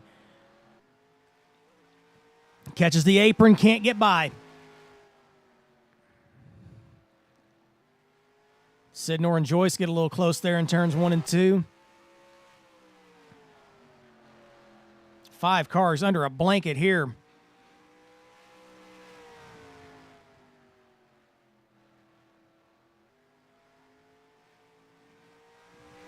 So apparently I just got word that somebody's steering wheel just broke. Oh, and Mallon going to go around off of turn 4. Takes Joyce with him. Spencer's around in the back. Someone's steering wheel broke. We're starting to hear a little chippiness on the radio now.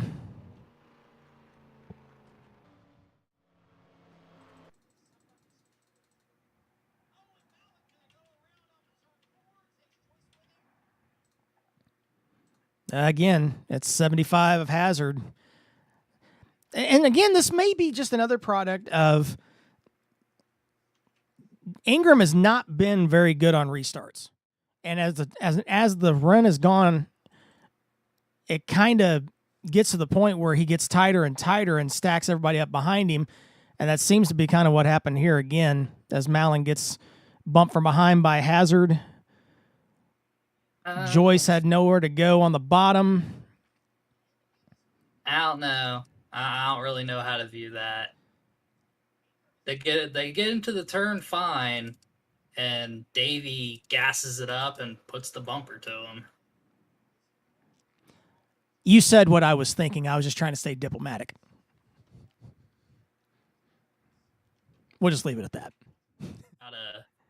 Gotta say it how it is sometimes, I suppose. We love everybody in this league, just for the record. But we gotta call it like we see it sometimes.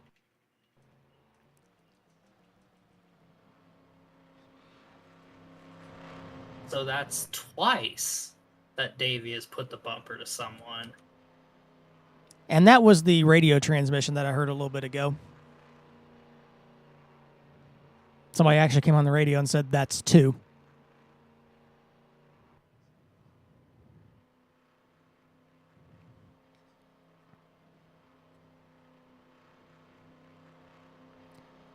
No choose to sign by. Like it's awfully early in the race to be moving people like that. Yeah, we're still 5 laps from halfway here.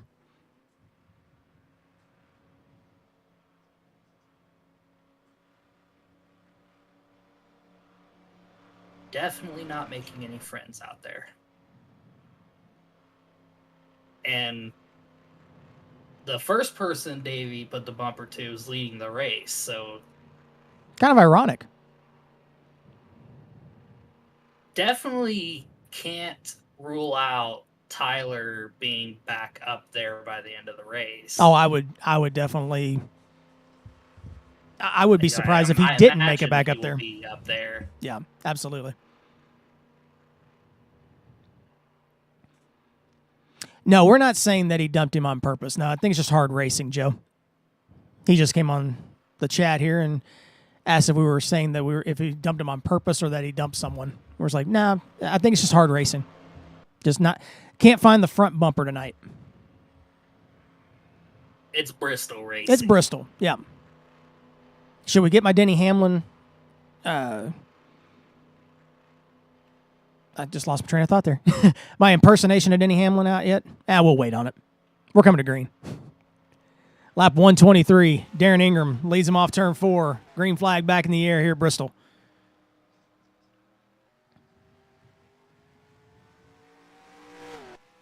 Big pack off turn 2 that time.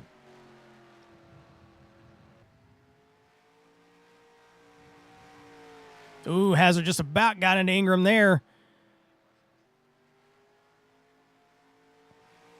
Off turn 2, Hazard takes the lead. Here comes Sidnor to the inside of Ingram. Look at DJ Harris up here battling for third with Ingram. He had a good car in the lights race the other night. DJ having a great run. John Peterson. Having a great run still. And here comes Lovell.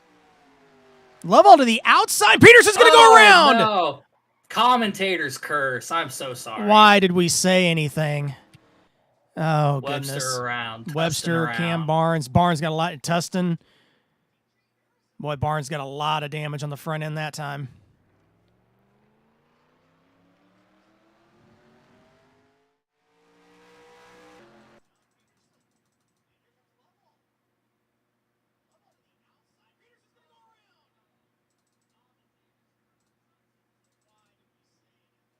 That virtual roar you hear is because the 21 car is back on the lead lap. He did.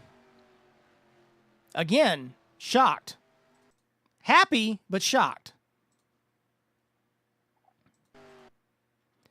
So here it is coming into turn 3. Peterson's already gotten a little bit loose here in front of Barnes.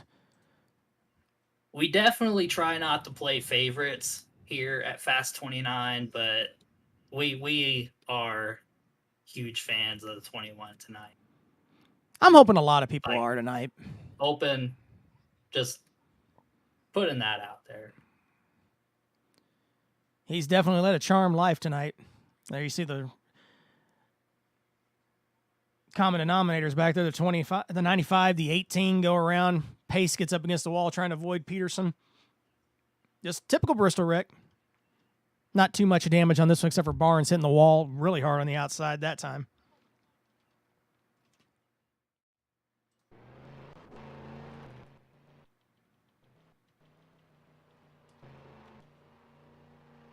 So we got Sidnor, Harris, Ingram, Marotta, Doe, Malin, Ruiz, Joyce. They all stay out. I imagine that Henrietta will pit. She usually tries to stay out of the way. Sounds like Zach Krastowski got a black flag on this pit stop. I think there was one more, but I couldn't tell who it was on the radio. We'll drop back and see if we can determine who's falling back here at the back of the pack. There's the luckiest man in Bristol right there, Alex Seifert. Might have been Sean Whitehill that got that other black flag. I'm not for sure, but he is back at the back of the pack. Like Henrietta's actually going to stay out.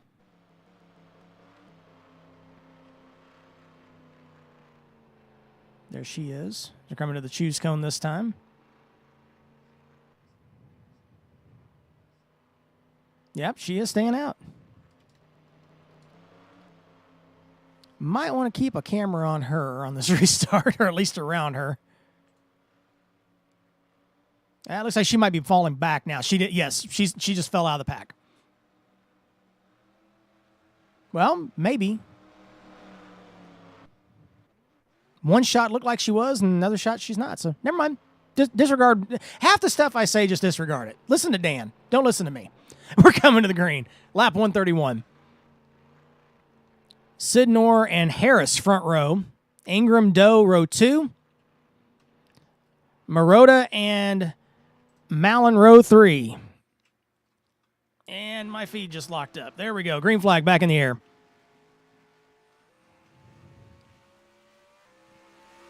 Oh, Harris catches the wall hard off a 2. Boy, he is loose on the outside of Ingram. He bounces off of him a little bit. Excellent job by Mikey not to make that bigger than it could have been. Oh, and Harris is in the wall again off a 2. Austin Spencer in the wall multiple times, and Henrietta's around. Yellow's out. Peterson involved. Oh, and Ingram and Doe get together on the backstretch, take Spencer with them. Got another crash in the front straightaway as well. A lot of stuff happening there. I was just about to say that Henrietta was actually holding her own in that pack. And I'm pondering if maybe she used the first 130 laps or so to get a feel for the track, kind of get into a rhythm, and now she's ready to mix it up. Yeah, she did, but she kind of started all this action, it looks like here. She's going to get loose going into turn 3. This is going to be the first thing that we're going to show you. Coming into turn 3, there's Henrietta in the 00. She's going to go around, bounces off of Webster. Webster's going to go around on the bottom, takes Tustin hard in the outside wall with her. Seifert and Peterson in front of him hit the outside wall very hard.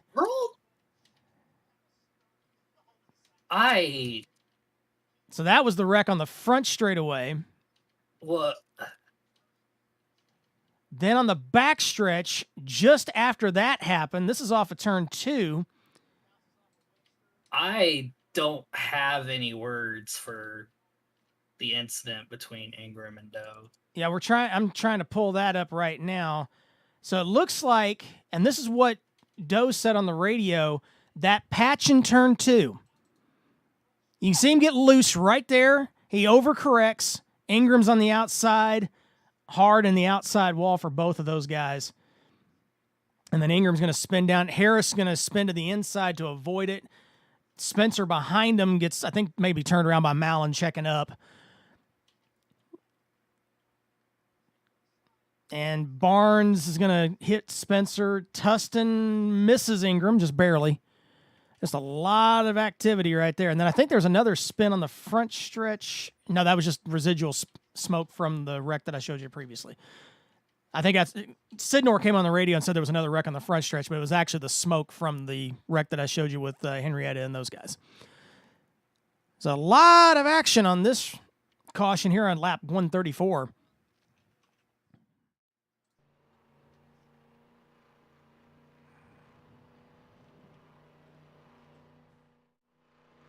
This is back to live here under caution.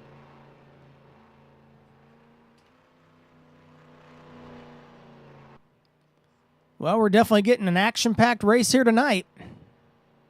Some hurt feelings here and there.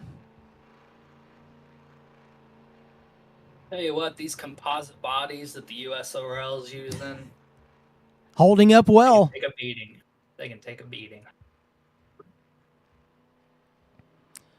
Hitting the choose cone this time. Well, you don't want to hit it, but you know what I mean. They're coming up to it. They're going to use it. Here they come. Sidnor and Harris front row. Look at that 26 still up there. Once he got that track position, he's held his own up there. I can't help. He does but it every to kinda- time. I can't help but to kind of chuckle that the 26 was in an incident and the back end has been completely ripped off. Yeah, half of it's and yet gone. We've had three cars upside down, and you can't even tell that they were upside down. One of them is in 6th. That 4 car on the outside. Here we come. Restart zone. Lap 139. Sidnor and Harris. Sidnor spins the tires big time on that restart. What big separation there as they go 3 wide off of turn 2. Whoa, Lovell got real loose off of 2.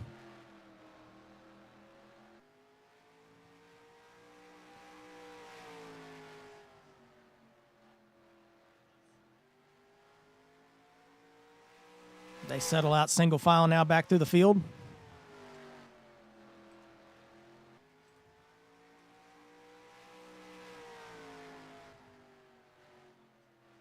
Oh, and we got, I don't know how we didn't have a wreck there.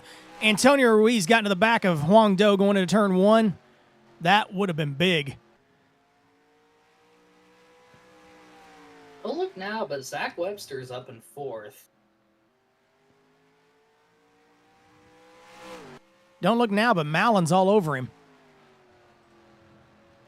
There's that battle.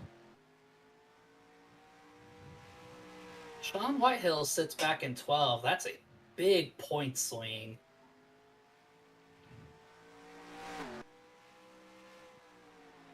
Oh, and he just caught the wall off of turn 4. Ingram all over him now. I'm sorry, off of turn 2. Got my back stretch and front stretch reversed. I think I should stop talking about people because Zach is dropping like a rock. Yep, we're watching him fall back. Well, he's falling back very fast. I would like to apologize to my EB Racing teammates for cursing every single one of them. That's Daniel Asher, everybody, if anybody's wondering who's the curse tonight. Oh, and Krastowski catches the outside wall off turn 2. Catches it. No caution. Another close call, though. Watch this battle up front. It's starting to tighten up. Hazard all over Sidnor. He got loose there coming off of turn 2 or turn 3. I'll get this right one of these times. These two are starting to pull away a little bit. Oh, Sidnor catches the wall off 2. Here comes Hazard. Battle for the lead. Oh, he squeezes him off turn 4, but Hazard takes the lead.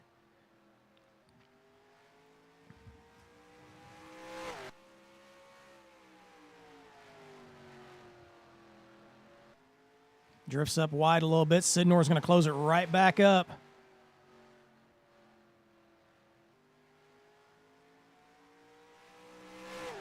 Oh, Davey. Oh, Hazard. I just mixed Hazard and Davy in the same word.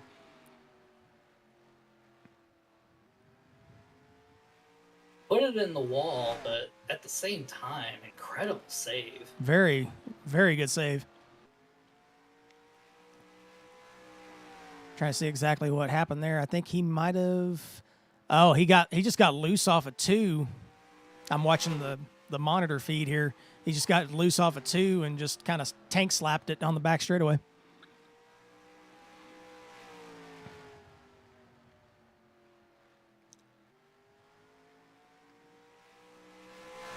Going to start catching a little bit of lap traffic. Henrietta Bordeaux's up in front of him here.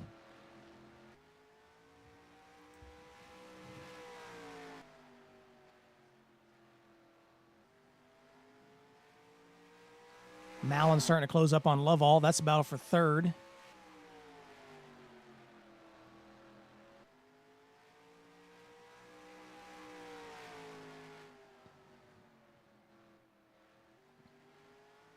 I think if that 26 had a back bumper, Mallon would have been in it there. And Mallon sneaks to the inside of Lovell, and he'll take over third. Spin, turn 4. Austin Spencer. Mikey Marotta around behind him, and he's going to... And we got a yellow. You saw it right there. Mikey had nowhere to go and just basically tapped into Spencer there.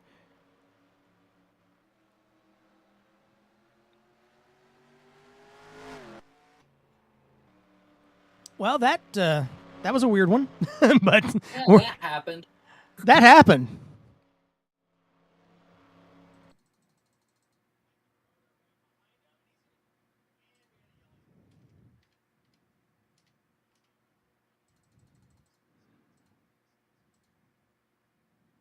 Yeah, just, again, similar situation that we've seen all night. Here's Spencer going into turn 3. See it stepping out, middle of the corner. It just won't stick, and around it goes. And behind him, there's the 8, Mikey Marotta. Similar situation, just going into turn 3. Loops it. He's gonna catch the outside wall here.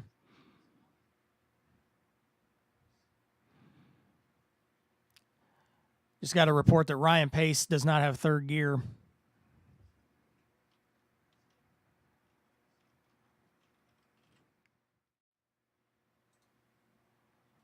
He is definitely not doing it for Dale. Not tonight, he's not. At least his transmission's not. Let's put it that way. He might be, but the transmission's not wanting to do the same thing. No, I met a girl the other day, and we were talking in memes, just sending memes to each other. She sends me a Dale Earnhardt meme, and I'm like, no way.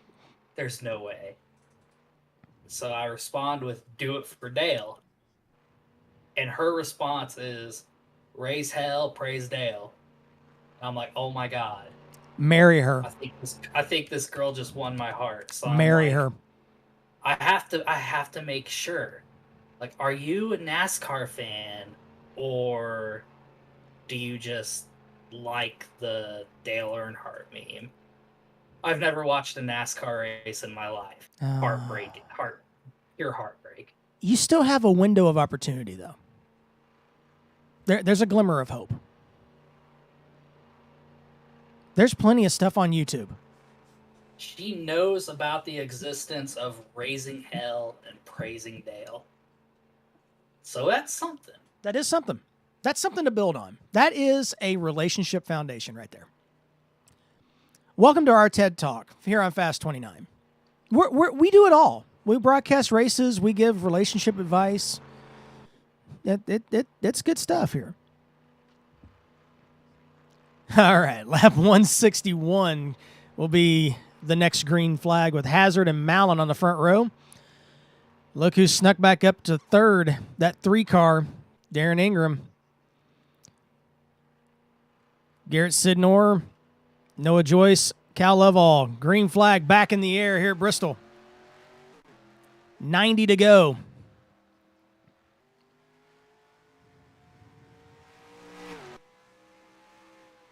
Sidnor getting a little loose there off turn 2 in front of the pack.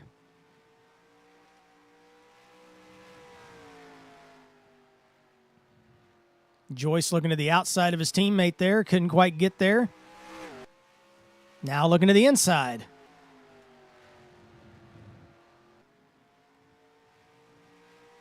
Darren saying his car is just not handling at all now. If you're Daisy?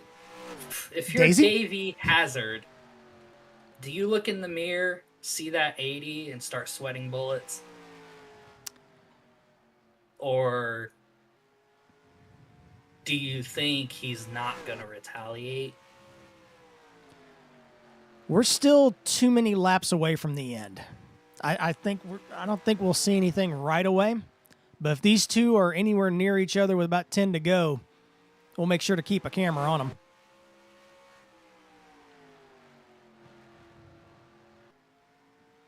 Spencer spins off a 2 again. John White. There's the smoke on the backstretch. I think that was Whitehill, not Spencer. Oh, okay. Spencer came on the radio, so it must have just been him reporting Whitehill around. Usually he reports himself. Yeah, there's Whitehill in front of the pack now. Good catch. Thank you. As he's going to dive off in the pits here, or at least get out of the way. I have played plenty of Among Us with Austin. He's pretty good at self-reporting. Heard it several times tonight.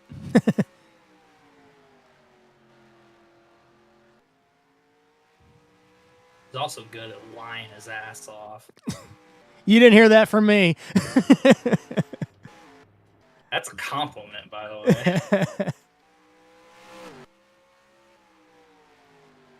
Drop back in the field a little bit here. I'm going to report the 32 might be warping a little bit.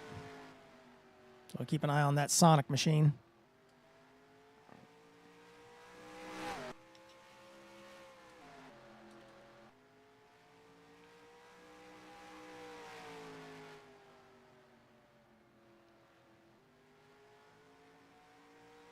Oh, Austin Spencer around.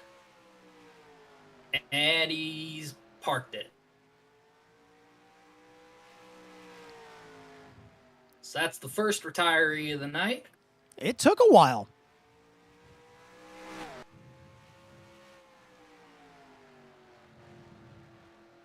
Oh, Davey caught the apron there a little bit going into 3. Got that 75 a little out of shape. So these guys are starting to... Let's see if I can jinx them. They're starting to settle out here a little bit, Dan. No comment. Yeah. Good idea. Hazard leads Mallon. Sidnor in 3rd. Joyce 4th. Darren Ingram sits 5th.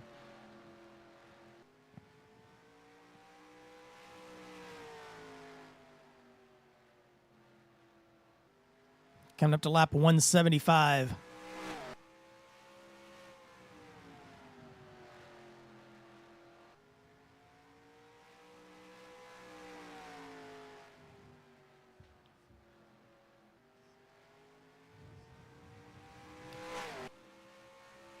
All right, pretty well single file now back through the field. We're going to drop back through it and see what we can find here. Battle here around 6th. Joyce, Ingram, Harris, Lovall, and Doe all here in a pack, along with Barnes.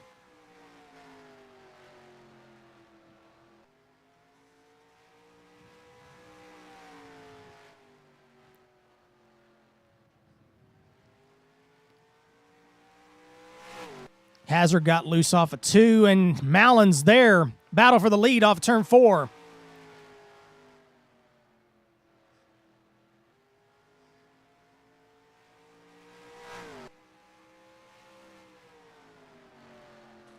Mallon side by side with Hazard. Hazard lets him go. They got traffic coming up in front of them.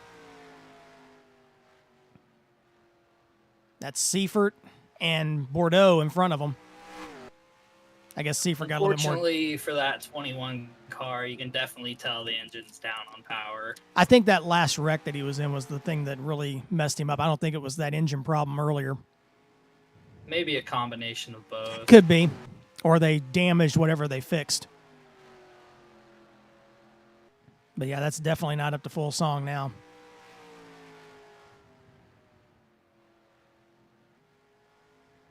Sean Whitehill has fallen 2 laps down. If I'm Zach Webster, I'm liking what I'm seeing right now. Hazard takes a look again to the inside of Mallon.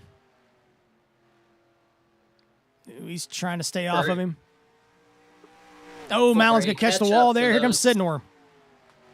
For a catch-up for those who might not have seen the pre-race segment, after today, we are 1 race away from the playoffs, and the last playoff spot is between Sean Whitehill and Zach Webster. Webster sitting 12th. Whitehill is now 18th, 2 laps down. An eye on. Yep, that's the one.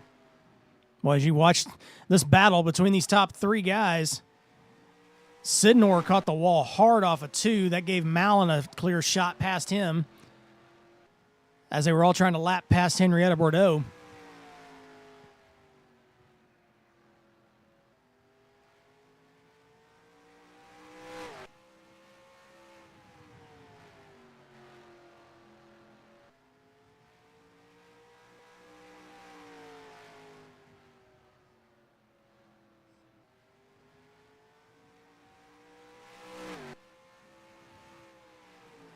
Next car they're going to be coming up behind the lap will be Ray Tustin in the 18.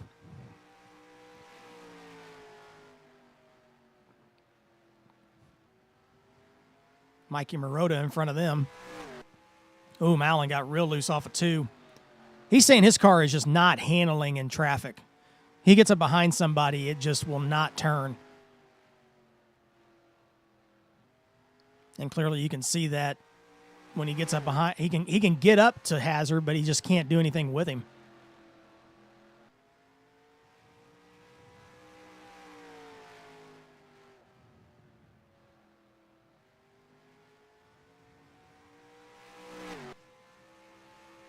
This is shaping up to be that long green flag run that I talked about, where tire saving, oh so important. Somebody just came on the radio, I couldn't tell who it was, said that their car is about to give up. Not for sure who that was. We'll keep an eye out for any issues that may arise out there.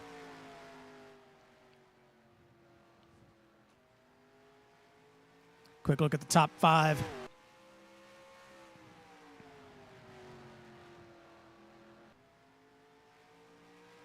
Ooh, Hazard just caught the apron again in 3 and 4. And here comes Mallon as they close up on traffic. See if Mallon can use that traffic to his advantage.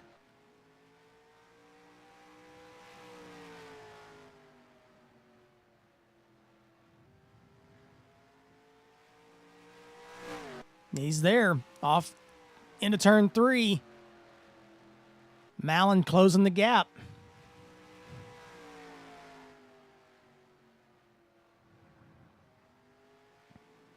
There's that lap traffic right in front of him, Tustin and Marotta. They come up underneath Tustin. Hazard going to try and get a 2 for 1 here. Yep, Marotta gets to the outside. Great work by those 2 guys to give him room. Mallon's going to clear him as well, but he did lose a lot of time in that one.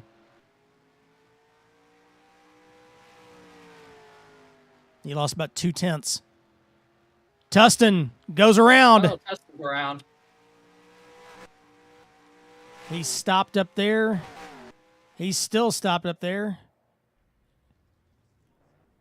And he's going to get going. No caution. Still green. Oh, Marotta's in the wall off of turn 2 as well. He's good. Back up front.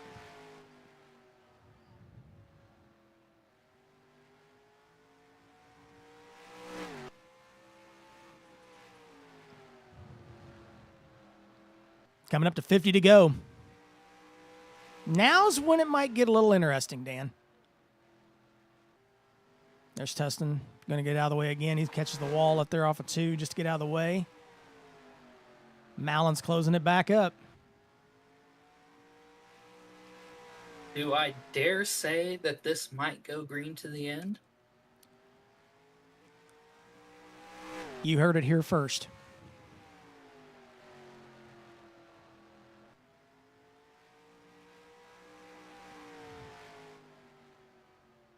I'm still going to say no. But we shall see. Stranger things have happened.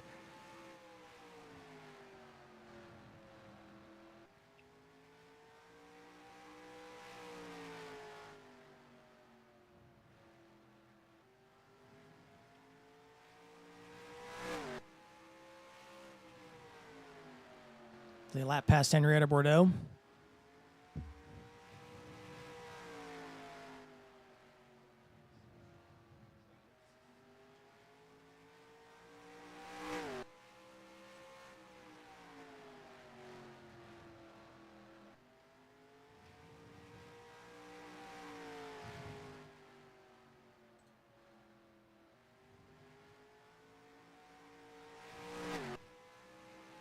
Ooh, Mallon's catching the wall off of turn 2 a little bit more.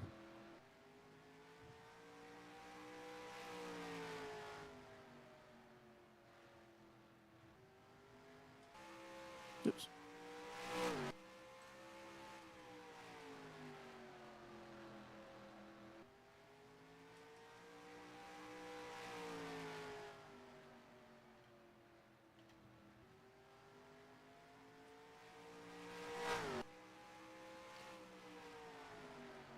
So we're getting reports that a couple guys are going to be short on fuel here, and one of them is a 26.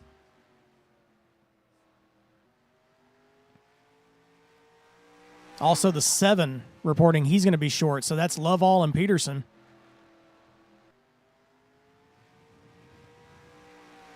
Them EB Racing strategy guys need to get their stuff together.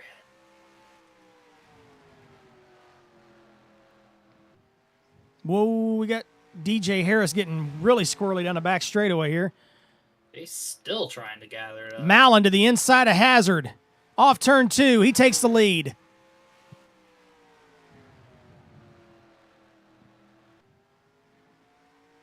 There's the battle we were watching back in the pack there with DJ Harris. That's Cal Lovell in front of him.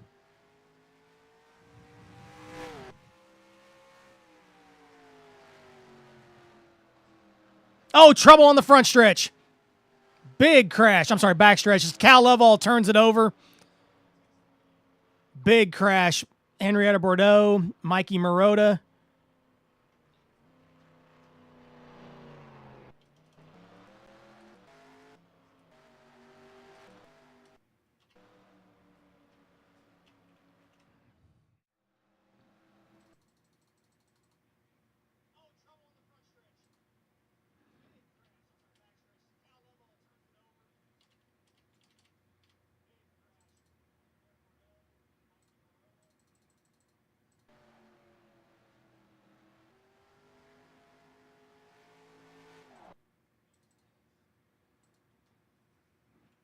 This is coming off turn 2.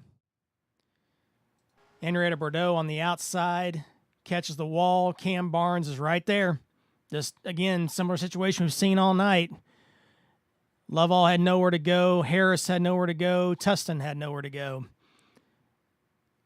Cal Lovell did a simple barrel roll there, and then Mikey Marotta behind him. I thought he hit Henrietta, but he actually hit the wall behind him.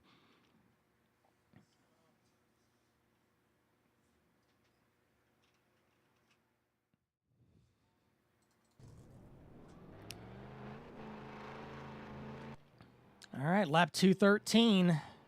Leaders are pitting. This should be, barring any more cautions, this should be the last pit stop of the night.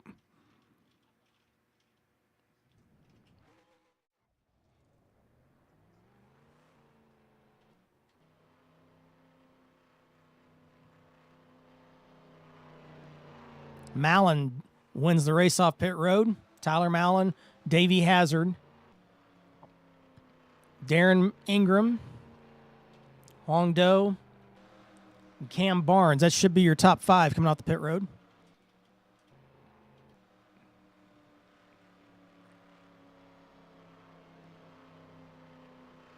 No choose this time.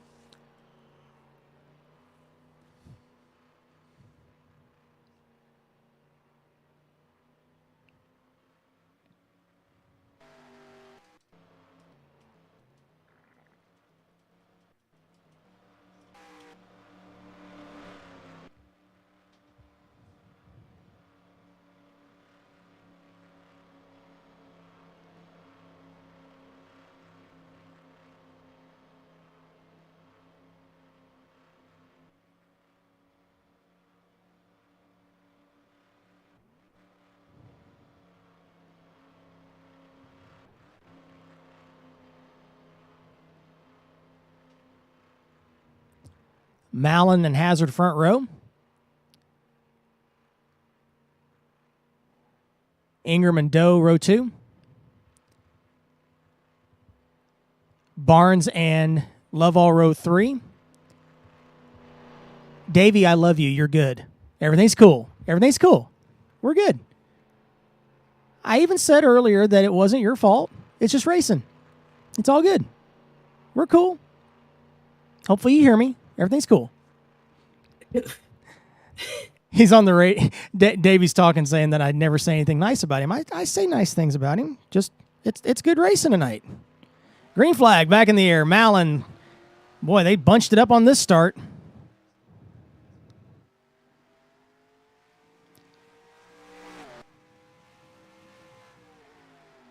Oh, Caution back out. Oh, it's Cal again. Cal and Zach Webster. Oh, that 26 has got a lot of damage this time.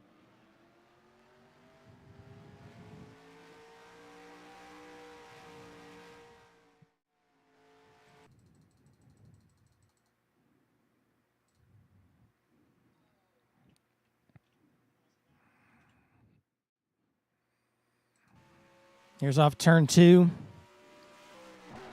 Zach had to hit the brakes to Oh, avoid yep. Cal and got hit from behind by Noah. Boy. Ray I had don't nowhere think to he was go and gonna- pile drove Cal.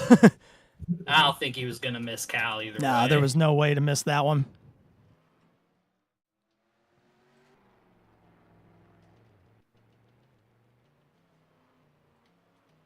Yeah, that 26 is definitely looking more like I drove it now. It's got a lot of worse for wear on it now.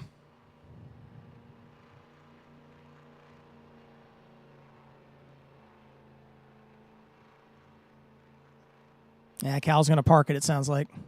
Yep, he did. With a piston problem. Yeah, I'm it pretty was sure he had a little bit more totally than a that. Piston. Yeah. Totally a piston. Piston just blew it right out of the roof from what it looked like.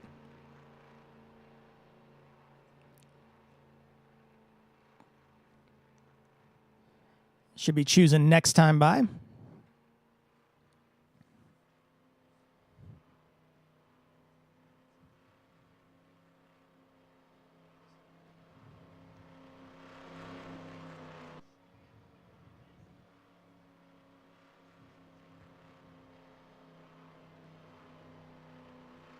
All right, less than 30 to go. Should be 29 to go when we hit the green.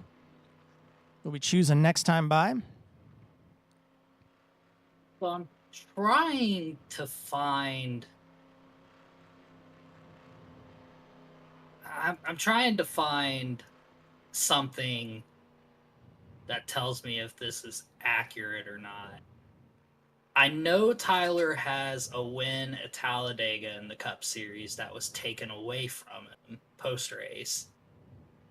I don't know if he's won any other race. So he could potentially be going for his first career win tonight. I don't have those stats in front of me, so I can't help you on that one. But we shall see. He's got a good shot at that one tonight, though. I have the all-time sheet pulled up, but he's not listed on it, so not sure.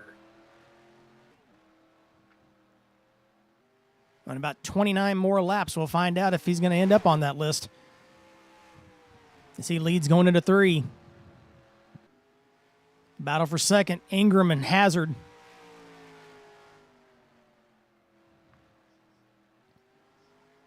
Oh, Pace is around, and here we go. Yellow's out. Pace and Ruiz off turn 2.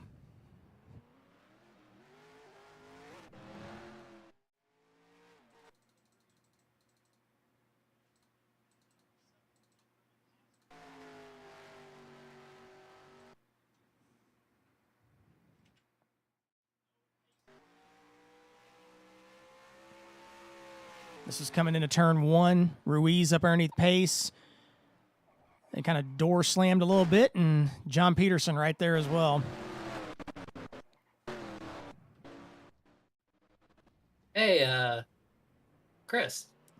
Hey, Dan.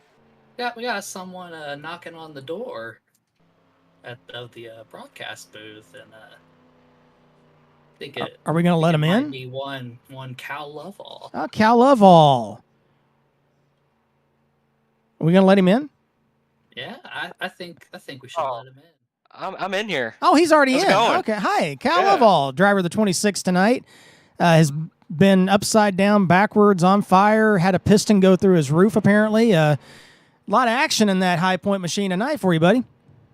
Oh yeah, it was quite a ride. I mean, it was a fun ride while it lasted, but you know, what can you do? Well, you could have not wrecked. No,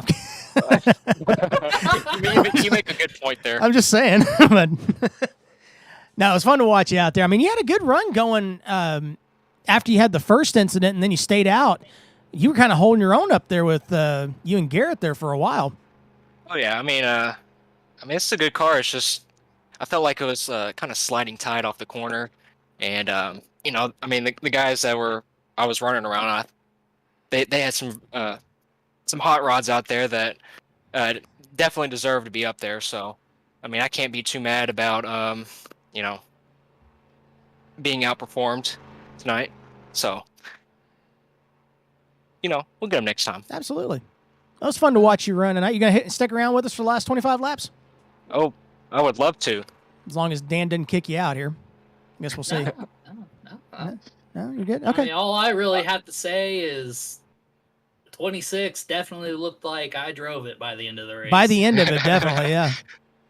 Okay, I'll be a backseat commentator here. Should be I'll let you two lead. Coming to the choose cone here. Mallon takes the inside, Ingram to the outside. Hazard and Doe. Harris and Barnes. Krastowski and Sidnor, your front 4 rows. Should be about 22 laps to go when they hit the green here. Davey gave Tyler a little friendly tap on the rear bumper after they chose. Not a lot of people not targeting Davey or anything there. I just noticed that. From what I heard, they're good. I heard on the radio everything's fine. So we should be good to go. Everything's fine. Everything's good. We'll see. There's still 22 to go. So we'll see. Green flag back in the air. Yeah, just a little love tap. A lot of people lining up on the inside this restart. Pack staying pretty solid this time. Mallon leads Hazard going into turn 3. Harris catches the apron off of 4 a little bit. That's going to slow his momentum to try and get by Ingram. Barnes slides up in front of Doe there off of turn 2. Sidnor, not for sure why Sidnor got back there. We'll have to look back and see how he got back in that pack that far. I don't know if he's pitted and a few of the guys in front of him didn't. But either way, he's gotten back up into 6th now.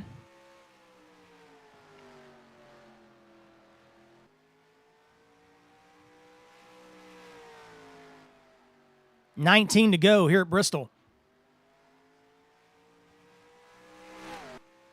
So I believe I've gotten confirmation that Talladega win was the only win that Tyler had, and it was taken away afterwards. So he is going for his first official Cup win. Yeah, I believe they call that vacated. Or if I cucumber. remember correctly. Cucumber. Yeah, cucumbered. Yeah, Something. Yeah. either one. Yeah. Either one. Yeah. It works. Well, this will be a little bit of vindication for that 80 if he can pull this off. Still got quite a bit of time. A lot of things can happen here at Bristol.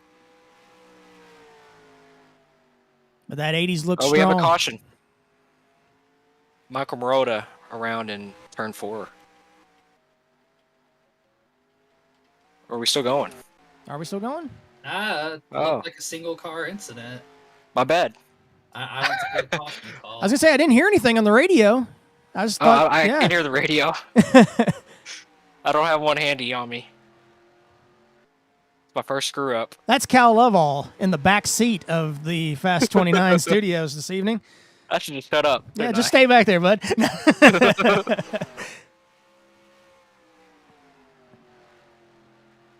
I even fell for it, too. I changed the graphic to caution. That's all right.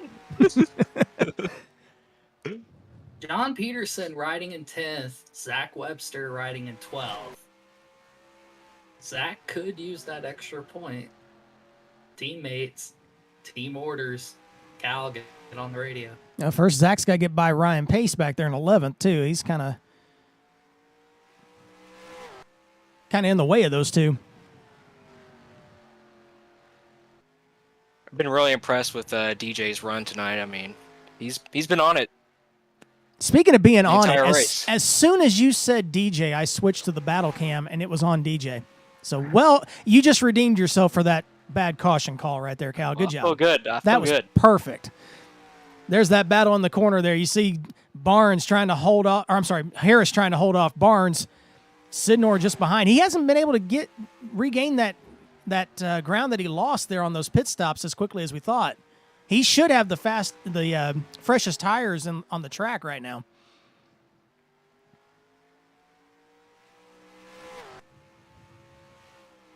Ten laps to go here at Bristol.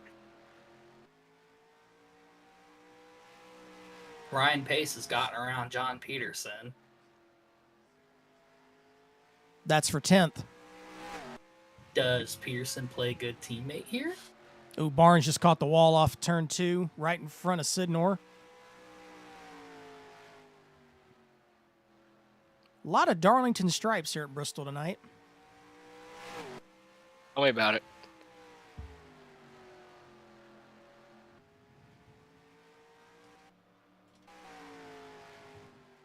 And what do you know?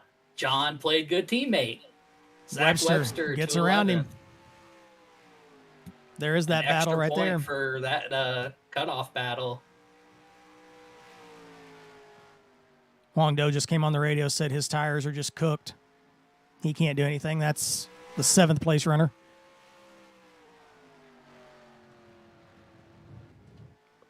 I think the only chance Davey has is if Tyler makes a mistake. I know there's a patch in turns 1 and 2 that have caused a lot of problems tonight, so I think that's the only place that could cause a mistake for Tyler Mallon. And it's been sneaky on anybody. It doesn't matter who's running where, what time. It just happens. You just hit that patch and away you go. Or you could just use the chrome horn and get it that way, but Well, we're that's coming gonna be down to it. Yep. He's going to have to make his move soon if he's going to. Mallon Tyler caught the wall put there in off the of wall. 2, though. There's the mistake, potentially. 2 to go, presented by Lovable Critters. There we go. 2 laps to go. Hazard closes up. Tyler in the wall Wall again. again. Here they come. Off turn 4. White flag up. Hazard's real close. One more shot. And I lost my feed. There we go. We're good. Mallon takes the win here at Bristol. What a time for my mouse to fall off my desk and I couldn't get the feed working right. But you did see the finish. Tyler Mallon wins over Davey Hazard. Darren Ingram finishes 3rd. DJ Harris 4th. Garrett Sidnor finishes 5th. Tyler Mallon grabs his first career win in the AlphaTauri Cup Series. First official win.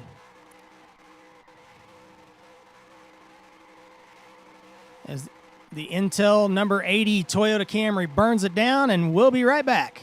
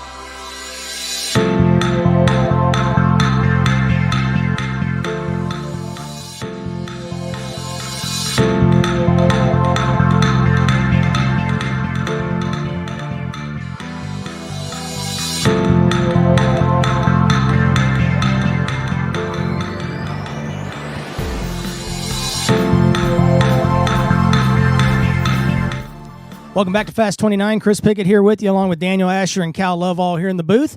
Great finish here at Bristol for the Bristol night race, the Bass Pro Shops night race at Bristol. Tyler Mallon pulls off the win, but we're going to talk to our second place finisher, Davey Hazard, first, and we'll get him going, and we'll see how his run was tonight. Davey Hazard, you got a copy, buddy? Not in. Not in yet. Okay, we're going to get him in here in just a second.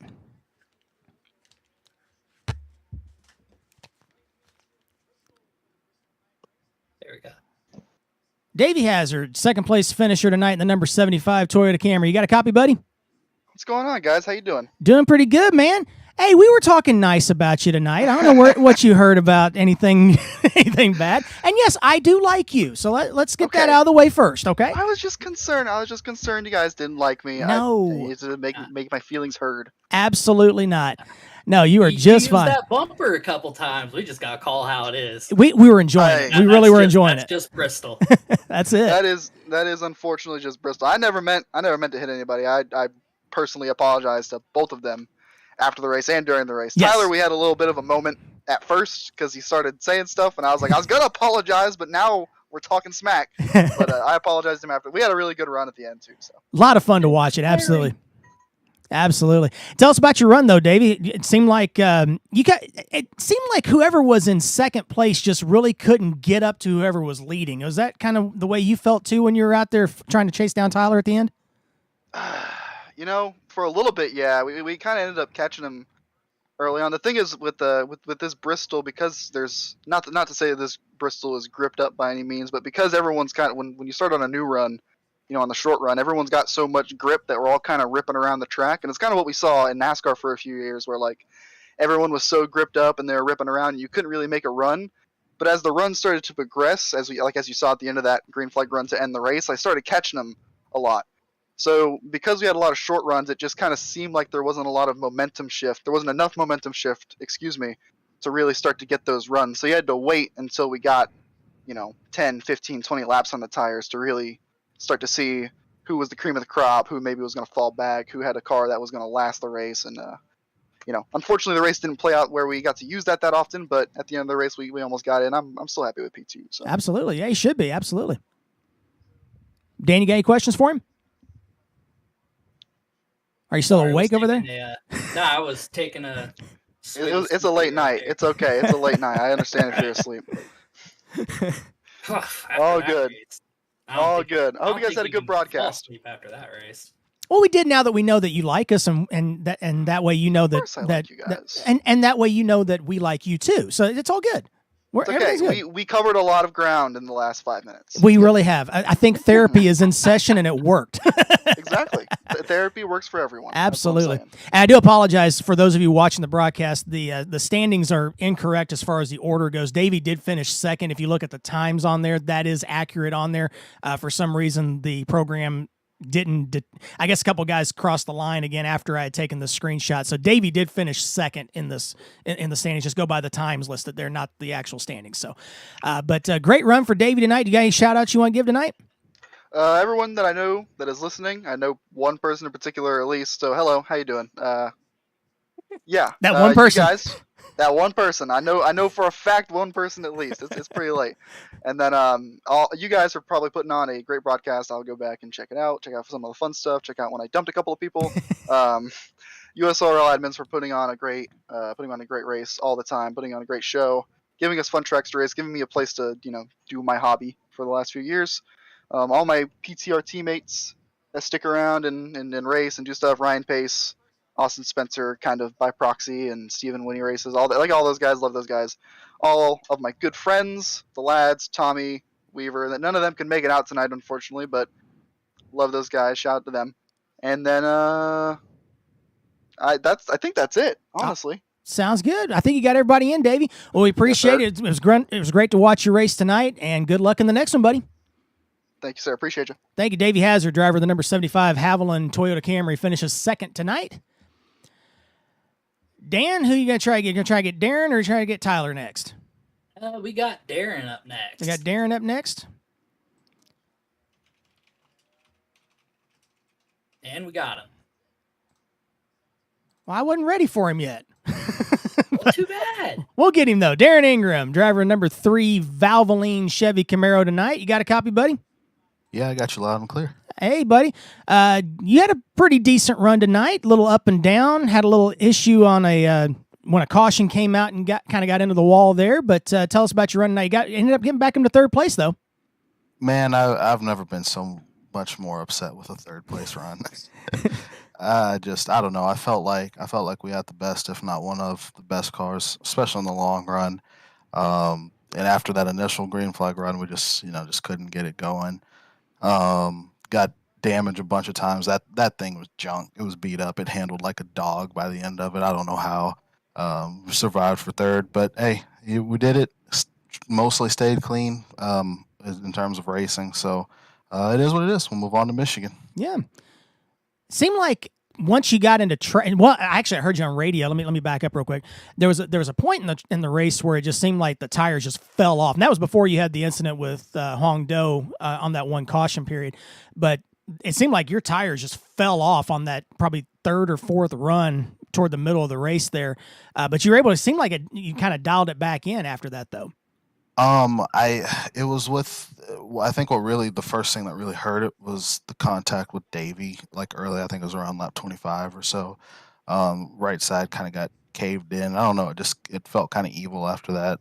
And I had to take a couple pit stops and, make some adjustments to account for it, to try to, swing it back neutral and loosen it up a little bit. It just got really tight.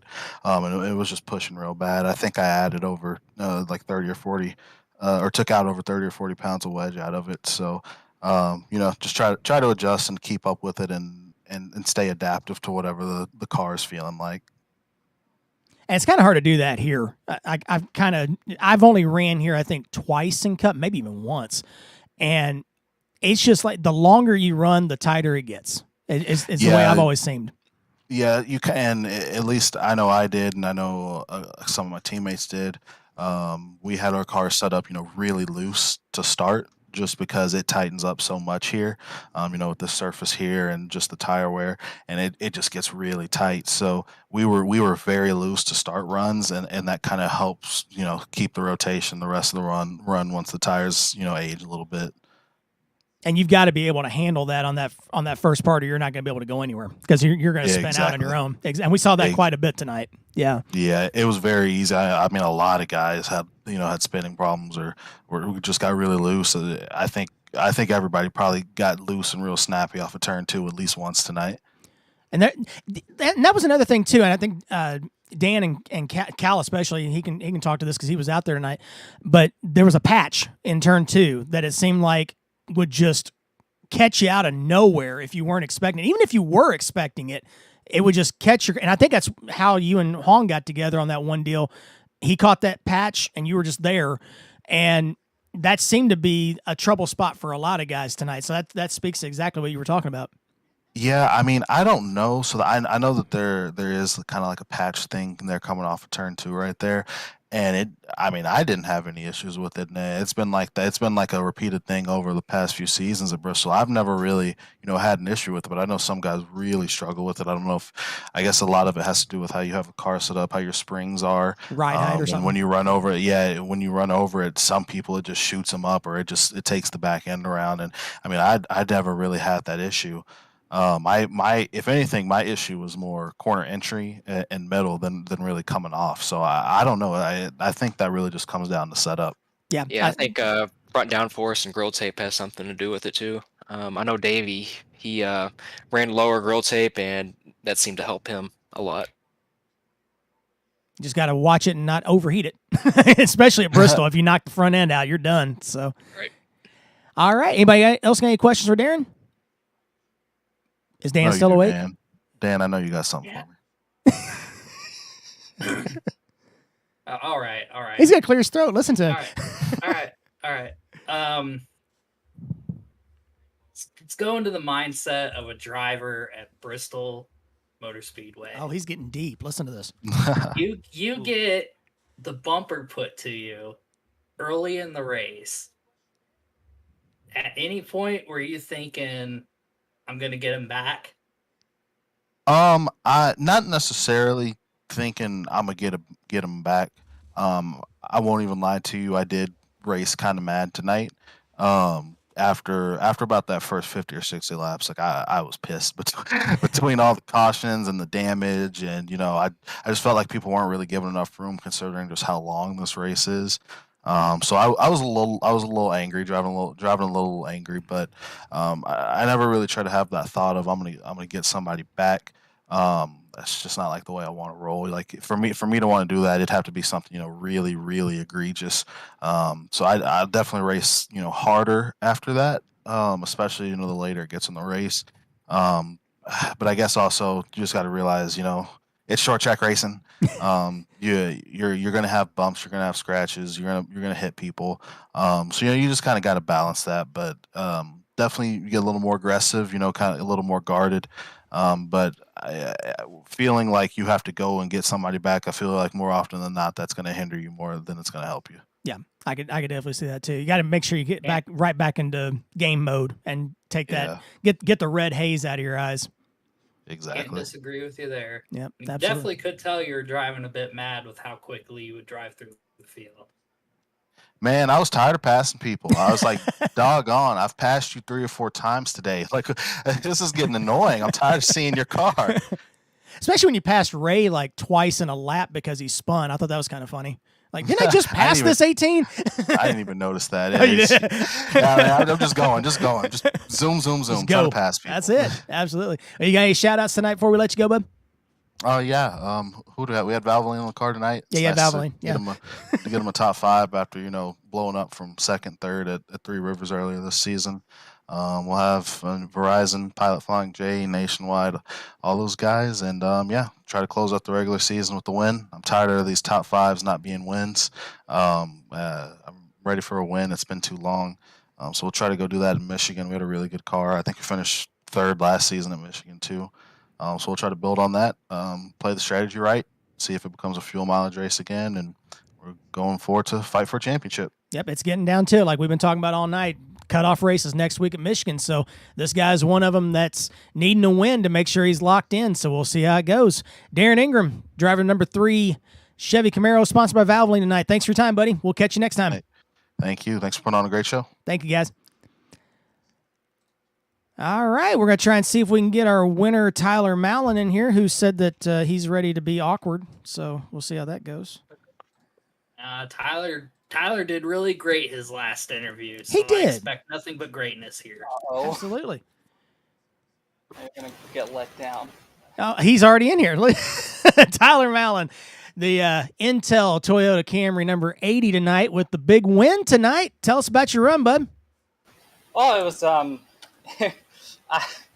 it was a lot of fun. I Bristol's always been one of my favorite tracks. I think I'm good here. I know Davey's also really good here, so I knew he was going to be probably. I thought he was going to win, to be honest. If it was 3 more laps, he would have won because I destroyed my car at that point. But he and I actually got together earlier in the race, and we noticed. Yeah, it was I had a it was front row totally seat. an accident, but I started saying smart ass things in chat, and that was wrong of me. But we put that behind us for a good clean finish, and I don't know, it means a lot to be here again from I don't know, give me yeah. I don't think it was wrong of you. I mean, it's kind of expected to hear something like that whenever you get dumped at Bristol, so I don't blame you. It wasn't really a dump. It was more of a stack up. There was nothing anyone could do. But Yeah.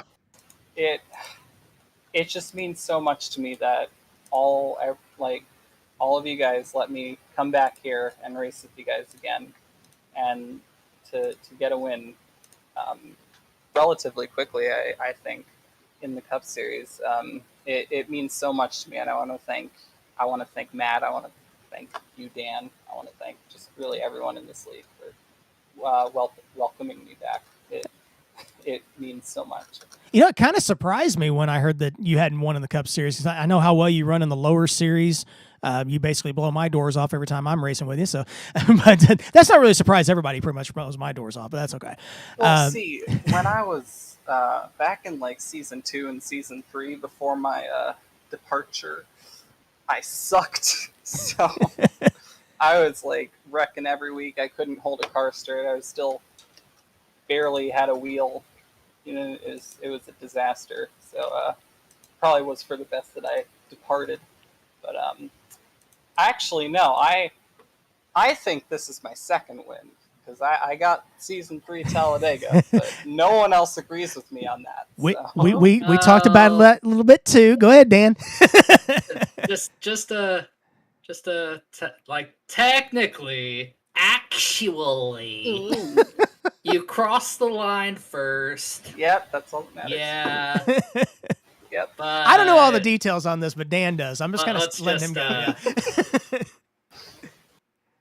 It was a good conversation. We don't want to dive into too much detail. No, Tyler won tonight. Let's just let it go. Talladega was Talladega. He's got this one. We were rolling the car through tech afterwards, and we found a notepad laying in the car. Oh, my bad. Let's just call it Tyler. Tyler just had a Regan Smith moment. He dove under the yellow line. Let's just call it that. And now he's got his real win, so he's good to go. I kind of pushed Poole under the yellow line and wrecked him for it. But... See, I prove my point. There it is. The Perfect. Tyler, you got anybody you want to shout out to tonight? I was just everyone who said yes to me, being back in the league. Really, it means a lot. Absolutely. Definitely can give you a high five for that. Absolutely. Well, we'll go ahead and let you go then. Tyler Mallon, big winner tonight here at Bristol in the Bass Pro Shops night race at Bristol. The number 80 Intel Toyota Camry comes home first tonight. Tyler, congratulations. Appreciate it, man. Thank you so much. Thank you. All right. We've got one more special interview that we're going to do tonight. And I think you guys probably know who this is going to be, but he's currently away from the keyboard. Yep, he said I just saw let that. us know when he's ready. So that gives me a second to get him set up.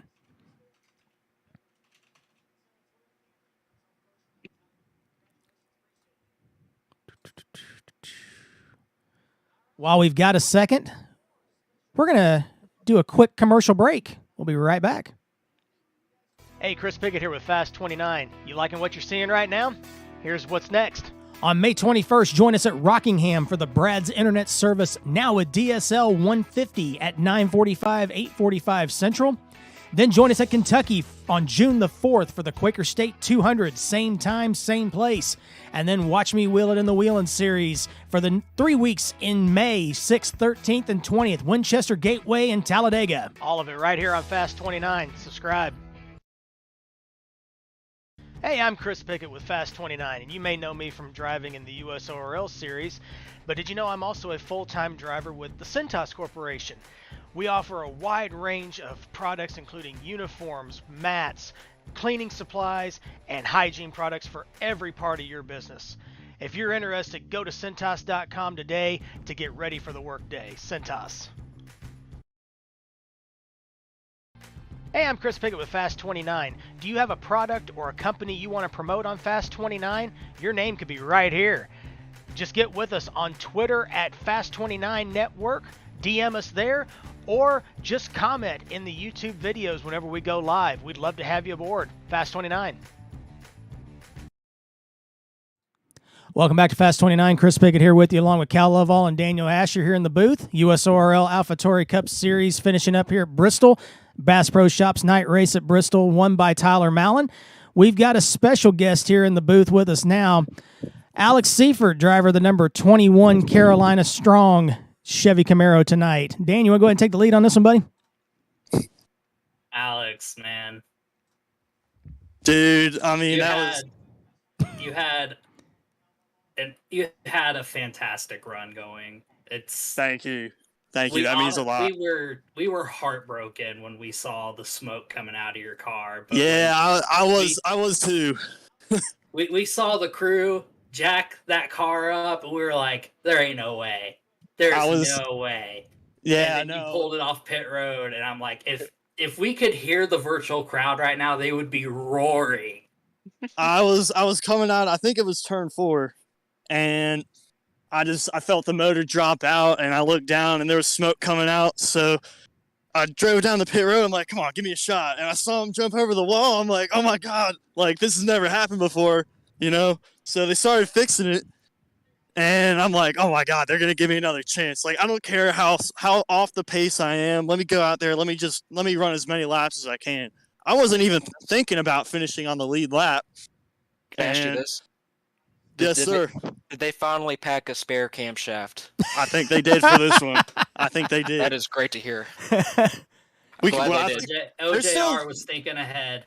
Yeah, I'd like to thank NCM for bringing an extra camshaft and building a strong motor. Otherwise, I mean, seemed to have bad luck with camshafts. We're still trying to figure out exactly what it was, but something in the motor gave out, and I had help from above to give me another chance there. So I want to thank Riley and Reed. I had them riding along on the car with me today, and that's the whole reason why I showed up. So I wouldn't have been here without them, and just wanted to make them proud. Wanted to make the whole city of Charlotte proud. So I think you definitely did. I still have never seen a car start smoking on this game, come into the pits and get fixed and come back out. I mean, I'll tell you what, Chris, that has never happened before in all my years of racing. I drove on pit road. I'm like, I'm going to stop right here, and it's just going to, motor's going to shut off. It's going to be over. And I saw the guys jump over the wall, and I was like, I jumped up out of my chair. I was so relieved. And like I said, I wasn't even thinking about finishing on the lead lap. I just wanted to go run as many laps as I could. So, we came out of the pits, and it got up to speed kind of good. I was like, maybe we'll have a shot. I don't know. I was kind of hoping we'd have more cautions. I felt like it ran well in the pack, but once you got single file and spread out, I just didn't have any power, especially on the straightaways. So went down a couple laps there, and then I guess somehow got all those back. There was that one caution at the end of the race, and I was like 2 laps down. I stayed out to get the wave around, and that brought me up to 1. I was like, well, come on. Like, at that point, I was thinking, like, just let me run all the laps. So, I was banking on a caution, and we got the caution, and, got back on the lead lap and held on. It was amazing. It really was. That was definitely something special. It was special to watch. And I talked to you before the race, and I did some research into everything that happened, and we had some technical difficulties leading up to the race, so I didn't get to say everything I wanted to say, but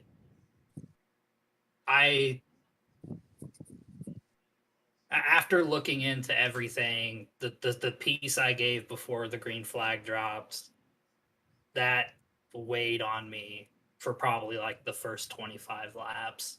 Like I barely talked because I was just kind of overwhelmed.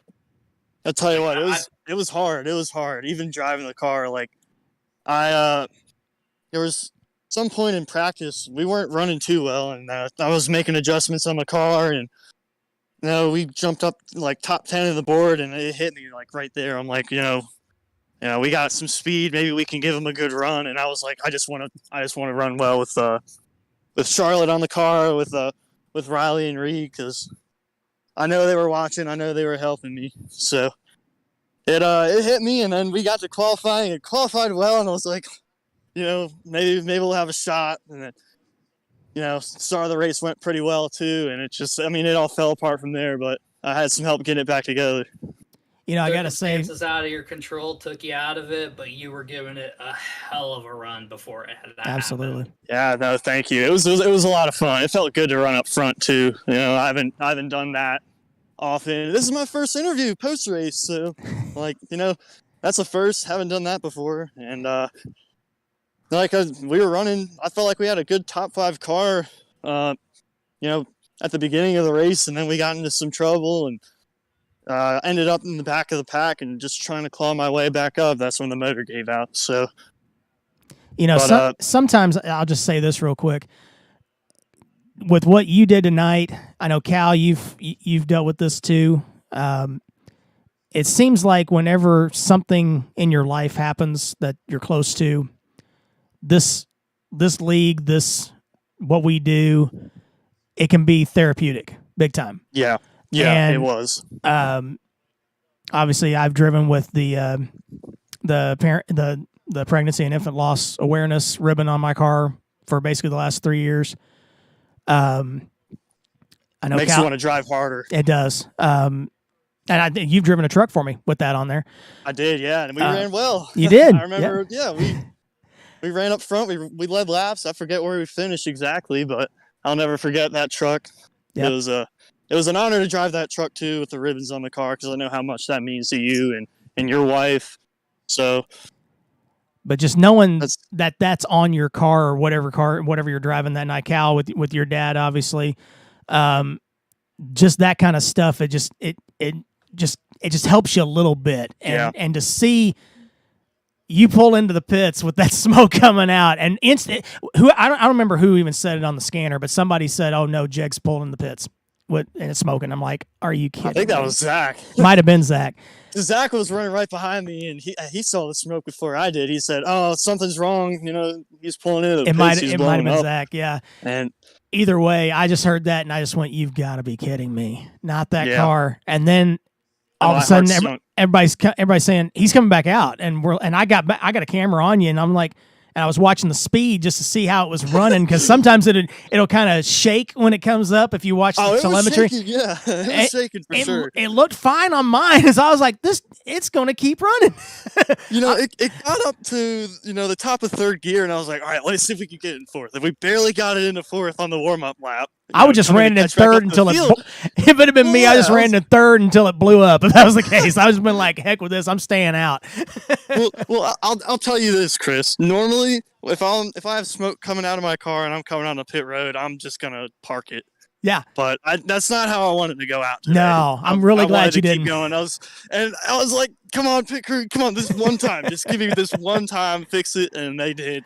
I'm so thankful, and I'm thankful for the segment you did on the car too at the beginning of the race. It definitely means a lot to a lot of us down here. So I know I had some friends watching, some friends down at UNC Charlotte. So I hope they caught it. I hope they felt just as good about it as we did. It was great to watch you run tonight, Alex. Car looked great. Thank you. Just wish it had ran a little bit better if that hadn't happened. yeah. But I mean, you persevered just like they have down there, and it was just an inspiration to watch you run tonight. Just fighting and digging all night. Couldn't have had it any other way, Chris. So thank you so much. Absolutely, Alex Seifert, I don't driver. know- Go ahead. I I'm don't sorry, know Dan. if, I don't know if you caught the segment or was listening. I did but, not know. I was out on track. I was trying to get the car because once we qualified, well, I was like, well, maybe I can work on it a little more. So Yeah. I was focused on adjusting the car and seeing if we can make it any better. I wanted to go out and win at that point. I was like, well, how cool would that be? If we brought home a checkered flag at the end. That would have been pretty emotional for sure. I don't know. I probably would have cried, but I probably would have cried up here. But I know I told you before the race that your scheme was going to be an honorary mention for Paint Scheme of the Week. But after watching practice, I made it the Paint Scheme of the Week. It was the scheme of the race. That's such an honor, man. And it was an honor before the race when you pulled me over. It caught me by surprise. I wasn't expecting it. I was like, wait a minute, me? And then it clicked. I was like, they're gonna highlight the car, and I'm so thankful for that. You guys are awesome. We definitely appreciate that. It's the least we could do. Absolutely. Well, Alex Seifert, great run tonight. Not quite the finish that we were hoping for you, but 14th is, compared to what, like we said, with that smoke coming out, I think you'll take it. It's better than 20th, Chris. It's better than 20th. Absolutely. I'll take it. I've never been this satisfied with finishing 14th, so I'll take it. Definitely should be. Absolutely. Well, Alex Seifert, driver. Go ahead. Sorry. No, I'll tell you this too. It was about 10 laps to go. I looked down on the ticker and I saw Tyler and Davey were closing in fast. I'm like, no, just don't catch me. I want to run all the laps. And I was holding on for dear life. I was, milking the hell out of that engine. That whole race, I was like, oh, it's going to blow up at any point. I was telling Ryan Pace, I was like, this thing's like, you're restarting behind me. It's not going to go on the restarts. It probably won't go another 2-3 more laps. And it went a whole, what was it, like 140? So yeah, you had the smoke out there. It was well before halfway. So yeah, it was 109 when the smoke was coming out. Yeah, so it was that thing. Whatever they duct taped together, they duct taped it together real good. Whatever it was. It was duct tape, and I think this motor's going in the OJR Hall of Fame. So it should. Absolutely. I'll lobby for that. Absolutely. Well, Alex, great to hear from you tonight. Driver the number 21 Carolina Strong Chevy Camaro tonight. Definitely appreciate your time. Thanks for letting us tug on your ear a little bit and be able to highlight that car. It was our pleasure tonight. It was my pleasure. I'm glad I could hop on and talk about it a little bit. And, thank you for highlighting it. Thank you for giving me the time. And I'll be watching the broadcast next week. So sounds good. Appreciate it. Alex Seifert, driver number 21 tonight. Thank you very much, bud. Thank you. All right. Well, we're going to have to kind of speed this up because I'm seeing lightning out my window here. So it's getting a little hairy down here in Evansville right now. Guess I'll be getting that 2 hours later. Might be, yeah, exactly. You might be getting round 1 from what we had earlier today here in just a little bit, Cal. But yeah, I think this is like round 3 for us here. But if we get knocked off the air, you'll know why. It's not anything that we said to Davey tonight. It's just lightning. So, but thanks for everybody who tuning in tonight at Fast 29. We'll take a quick second here and let you know what's coming up next. JTN's got the next 2 USORL Cup Series broadcasts. That will be at Michigan. That's the cutoff race that we talked about all night tonight. So definitely tune in on that and see how Zach and them go as far as trying to get in that cutoff spot. Win's going to be a big deal next week, so we're going to have to see how it goes. So we've got that coming up next week, and then the first race of the playoffs is after that. We'll be back on the air. Let me go ahead and pull that up here for you.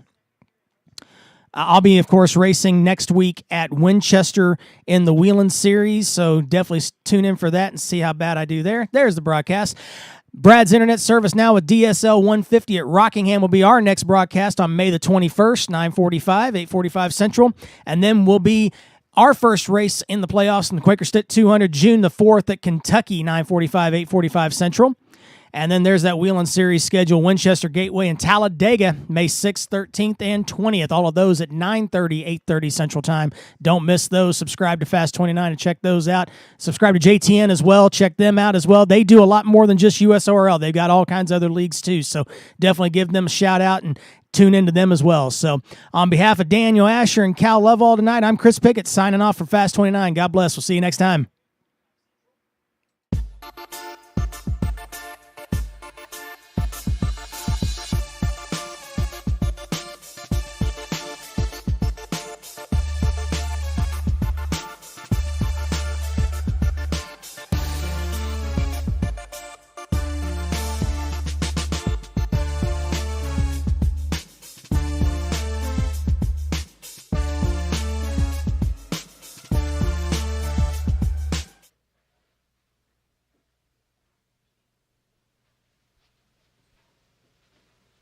You're still here? It's over. Go home.